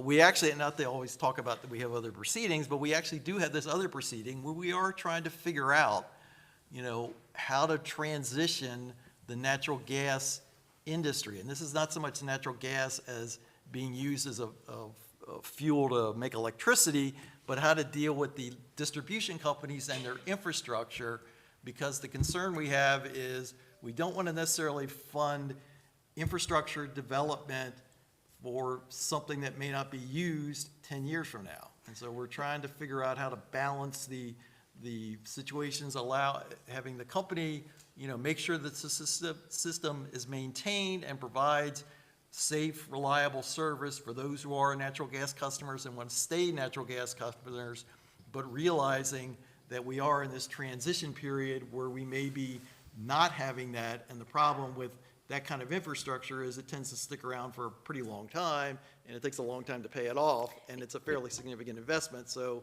it's a needle that we're trying to thread on this. Okay, good. Exactly. And therefore, what I hear you recommending or suggesting is that prior to approving, prior to approving capital costs or capital projects, that the PSC should be empowered, or that utilities should be required to maybe narrow the focus narrow the projects that are eligible for reimbursement or recovery to those specific ones that have to do with the problems, leakages, immediate problems, not necessarily enhancements or improvements overall, but to first narrow that. Is that what you're suggesting? Sure. Yeah, and we've also actually put that in a recent rate order for Washington Gas. And I think, basically we're raising the flag on the gas utilities, that we're trying to look more at maintain, patch, basically justify the alternatives to the investment as a way to try and say, look, we want to make sure that this is truly the most cost-effective option that you're bringing to us. Right. And just one last question. It should be straightforward. It's my understanding that only 3% of the STRIDE costs have been recovered thus far. Are there, or just maybe I should ask, how much have been recovered, and how much more are we anticipating? I don't know if I can give you an answer. I don't even know if I went back to my rates people, I could. Because I think the issue is what happens is when STRIDE, and this is the function of rate making, is when that investment is made, it is depreciated over time and added to rate base. And that rate base, the way it is, I guess, treated, is it's depreciated off their books following accounting principles, but we aren't paying for it. But yeah, just so plain language for sorry, I know, just I'm a trying second, to, just sorry. for our, Let me back it up. just as, okay, so they make the expenditures for these costs. Correct. And they are able to finance the expenditures. Is that how it goes? And then the part is like they pay for it and then we reimburse them, or could you? So yeah, so the way STRIDE was set up is that we have projected when the investment is going to be considered used and useful, and that would then impact the surcharge. And when the legislature set up that $2 surcharge, they basically said that's the cap we're willing to take in this program. It's not that if they make additional investments past the cap, they can't get it, but they can't get that money back. They can't get that money until it's moved into rates. Okay. And so basically the things like STRIDE surcharge, the multi-year rate plan, what they're trying to do is say once they're trying to pen when that asset would be used and useful, and then during the rate case or during a future time, it's trying to say, that's when you have that discussion around should you have done that. And now STRIDE gives you, when we're setting it up, the ability to kind of talk about what they're doing. And so it would be useful to disclose prior to these projects being approved, that the PSC can look at it before they even begin the projects to say this meets a certain criteria and is worth And that's what we reimbursing. do today for STRIDE. Okay. They have to do that before, they show up and they say over the next 5 years, here's generally what we want to do. And then they can't obviously tell us exactly what projects they're going to do 5 years from now. But they show up annually and they say, okay, here's what we're going to be doing for the next year. And then there's a big discussion around us. But we always make sure to make it clear that is not the prudency discussion. We don't want to be seen as pre-approving them. We might say that seems reasonable, that doesn't, it's not raising any alarms, or maybe we're going to say you shouldn't do that based off alarms that have been raised. But ultimately, the utility makes its management decision, and then when we get into a rate case, that's when I think we got Senator Washington. That was your short, brief question. And so it was very short, one question. Okay, we're going to go to the House members, and then, folks, our committee is still going to do some voting after this, so if everybody can, I'm going to defer to the Chair Wilson. Everybody got to keep their questions tight and focused, right? And remind my committee that we still have a dinner to attend, so please. But no, I would like you guys, if you can, to shorten your questions as much as you can, because the Senate does have work to do, and I know we have subcommittees and things that we have to do as well. So I think my Vice Chair wanted to chime in real quick. Thank you, Mr. Chair. And I wanted to piggyback off of Senator Washington in terms of stride, which has been pretty interesting today. What would happen, because Senator Washington has a bill, the Ratepayer Protection Act, that doesn't actually remove stride. So I just want to confirm, what would happen if we actually did remove stride altogether? Well, I mean, they would have to they would recover the investment they would make in a rate case filing. Either if we keep the multi-year rate plan, they would work it through that, or they would do it through a traditional rate case. I mean, the argument that they make is that, for certain types of investment, particularly related to reliability or safety, they need the ability to get sort of accelerated recovery. Their argument is the traditional path takes too long, and so if you really want them to do this work, you need to sort of give them an ability to get the money sooner. Yeah, I would Go say ahead, Ben. you're removing the green light to put money here. You're telling the utility and its parent company are losing what they consider to be an incentive because of the removal of regulatory lag, or basically they get quicker money back. You're removing that incentive, and so therefore they might not now choose to put as much money into those assets as what they might have chosen to do had it been there. It's not a guarantee, but it is you're removing an incentive basically for them to throw the capital there. I'm not looking for a study, Right. or I'm not going to put you on the spot either, but if we were to remove stride altogether, if you could just get me something quick on what we think total potential savings could be. Okay. Sure. Or how that would shift and or look. Yeah. Okay. Thank you. Okay, Senator Hester? Thank you very much. My question is about how the utilities rate of return is calculated. And given that our ratepayers are paying a lot and the profits for utilities are at an all-time high, what kind of signal would you need from the legislature if we wanted to be a little more judicious about calculating that rate of return? Well, I don't want to overstate, it's not rocket science, but it's a fairly complicated calculation. I mean, one of the things that utility companies use a lot of is money.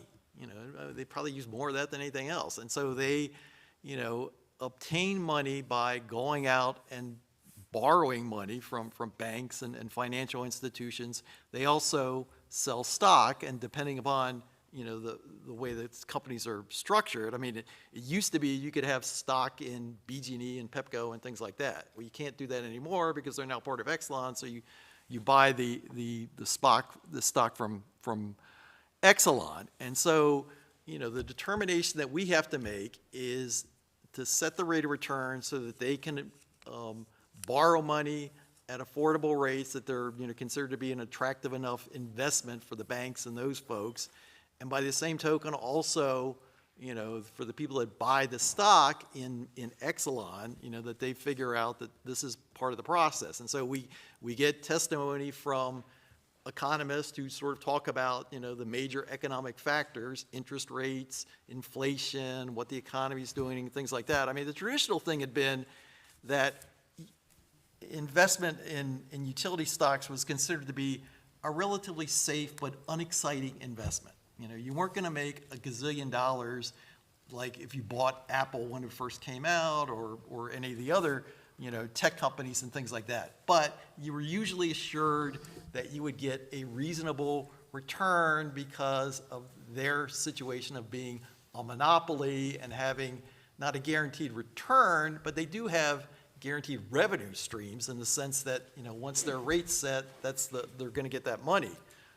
So it's a calculation that we do to try to figure out what they need in order to be a reasonable investment.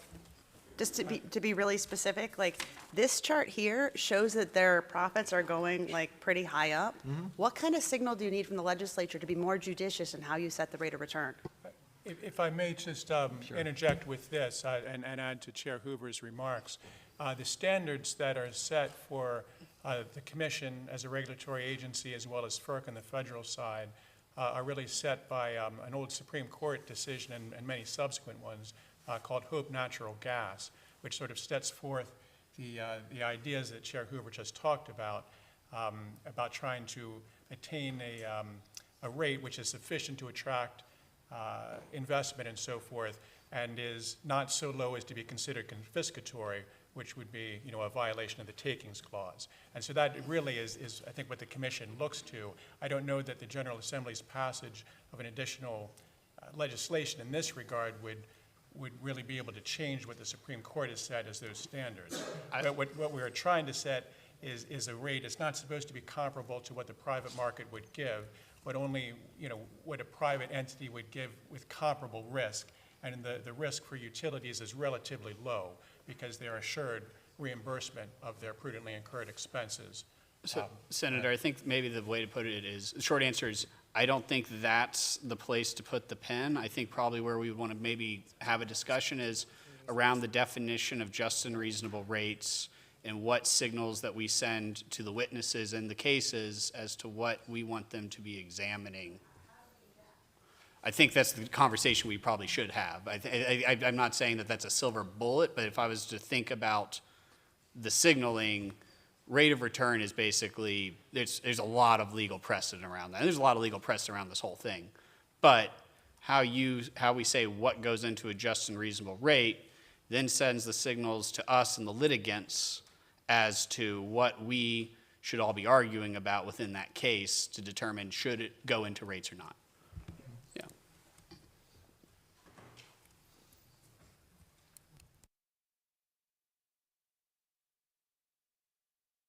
Quick with your answers, Chairman. Thank you very much for being here. One, the rate of return that you advised, is it the same for all business units, meaning BGE, Pepco's? It's not. Well, no, the rate of return is different for every single company. So, and it's all based on the particular financial situation of those companies. So Pepco's rate of return is different than BG&E's. Now, they're not wildly different, but they are somewhat different. And I would say it's also the timing of when they came in, because it's supposed to be based off of the basically current and future projected outcomes of the financial markets. So you're picking winners and losers in a sense, or you're just making sure everybody's whole? Whole. I think everybody has, yeah. Okay. Yeah, that's along the lines of what Ted Davis had talked about is the parameters that we have to operate under. Okay, Chairman, again, on a personal policy issue, where would you put, like, the customer, the ratepayers, the companies like BGE, Washington Gas, or policy? Which one is your priority in your administration? Well, we're actually supposed to balance all of those things. But I'm just asking I understand. And so, so our responsibility is to make sure that the companies have adequate revenues in order to provide safe, reliable service. That's what's in the Public Utilities article. By the same token, the prices that they charge, because they're a monopoly, are supposed to be just and reasonable. And so we try to balance their need for money to operate their business in an efficient way versus, what they can charge customers since they're the only game in town. Okay, last question, but it has two parts to it. Sure. Do you see RGGI as an impact with fossil fuel plants, and is that something you think could be modified in the short term to address some of the issues we're having with ratepayers? If not, what would you consider something you all could do to help out with the ratepayers? Thanks. That's it. Well, some of the things that we are trying to do is, and again, not to always allude to proceedings that we're doing, but this is what we're doing.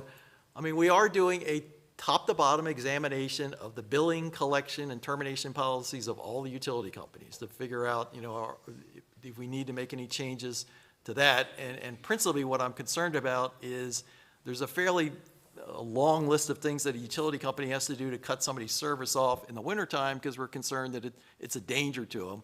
I actually think that the same thing's true in the summertime when we have these heat waves and things like that. So we're looking at trying to create something there. The other thing that we're doing, which actually we were authorized to do by you when now Treasurer Davis was chair of this committee, he had a bill enacted that allowed us the ability to consider a targeted rate that for certain class of customers, a subclass of the residential customers, might be lower than the actual cost of service as a way of trying to ameliorate rates. And he got the idea from a rate that Pepco charges in Washington, D.C., and so we're in the midst of trying to examine whether or not we can make that work and who would it apply to. Okay, and what about Reggie? Well, I mean, I participate on Reggie, and my view is that it's a fairly effective mechanism for generating money that goes into a lot of different things that are going to be long-term solutions to not only the climate problems, but also energy usage problems, because a lot of that money gets spent by MEA on energy efficiency activities, renewables, and things like that. So my view is that Reggie's a pretty positive operation. Okay, so my big question is for the ratepayers, and that's what I was concerned with. But thank you very much. For the ratepayers, I think that could help them out if we can do that. And guys, I really do need to stress, and I know this is important, the multi-faceted questions, we got to, narrow it down if we can. Seth Howard. Seriously. Mr. Shrine, you just, and just clear this up for me, you had said something about creating an artificial market, and I wanted to know what you meant by that. If so, who was doing that? Yes, so a market is where you have willing buyers and sellers coming together, and that sets the price. PJM creates a demand curve based on what it would take to attract a new generator, and they assume that that's the willing price. So they're crafting what would look like a market with supply and demand curves, but it's not, two people showing up on a corner trading. Okay. I'll talk to you offline. Thank you. Thank you, Mr. Chairman. Thanks for being here. My question is going to be around the multi-year plans that we have agreed for this region. Are you familiar with that being used in the other regions, and how does it work? It's been, I've heard discussion mainly by utilities are in favor of this, that this is done all over the country, and I think there are variations of alternative means of regulation that's different than the so-called traditional historic rate case. But I have not done, and we're in the process of doing this through this proceeding we're in, but I personally haven't done an examination of what the other opportunities are out there for this. But they are there. I mean, I came from California, where I do know they do them, but I can't tell you all the different nuances of the various states that have different versions of it. So I don't want to say there are states that do multi-year rate plans. There could also be ones in that number that maybe it's a forecast, but not a full multi-year. I don't know. But there are various states have different ways of approaching setting rates on a forecasted basis. Yeah, so I would just point out to maybe we should look some other places based on what I've looked at. As you mentioned, California, New York, Massachusetts use this. And the reason they say it works is because it allows for those areas that are more climate future focused, so that they have that revenue to make those future investments that we're trying to do here in Maryland. So I don't want us to throw the baby out with the bathwater without first really, studying this and make sure it doesn't work, that maybe we need to look at better implementation. Thank you. Right, and as part of that, we are examining, a couple of specific proposals that have been made to change the current multi-year rate plan. We're actually doing some fairly in-depth investigation about where they've been tried, not only in other parts of the country, but in other industries. Yeah, I think that would be helpful. Sure. David. Commissioner Hoover, you had mentioned earlier, you were talking about the volatility of natural gas. If you would like, I'd like you to opine a little bit more about the volatility, but I want you to take out all the environmental concerns. I want to just talk about, you know, the kind of the global markets, what's going around the world. You started to hit on that a little bit. If you could just add a tiny bit more to what that means. So Well, I mean,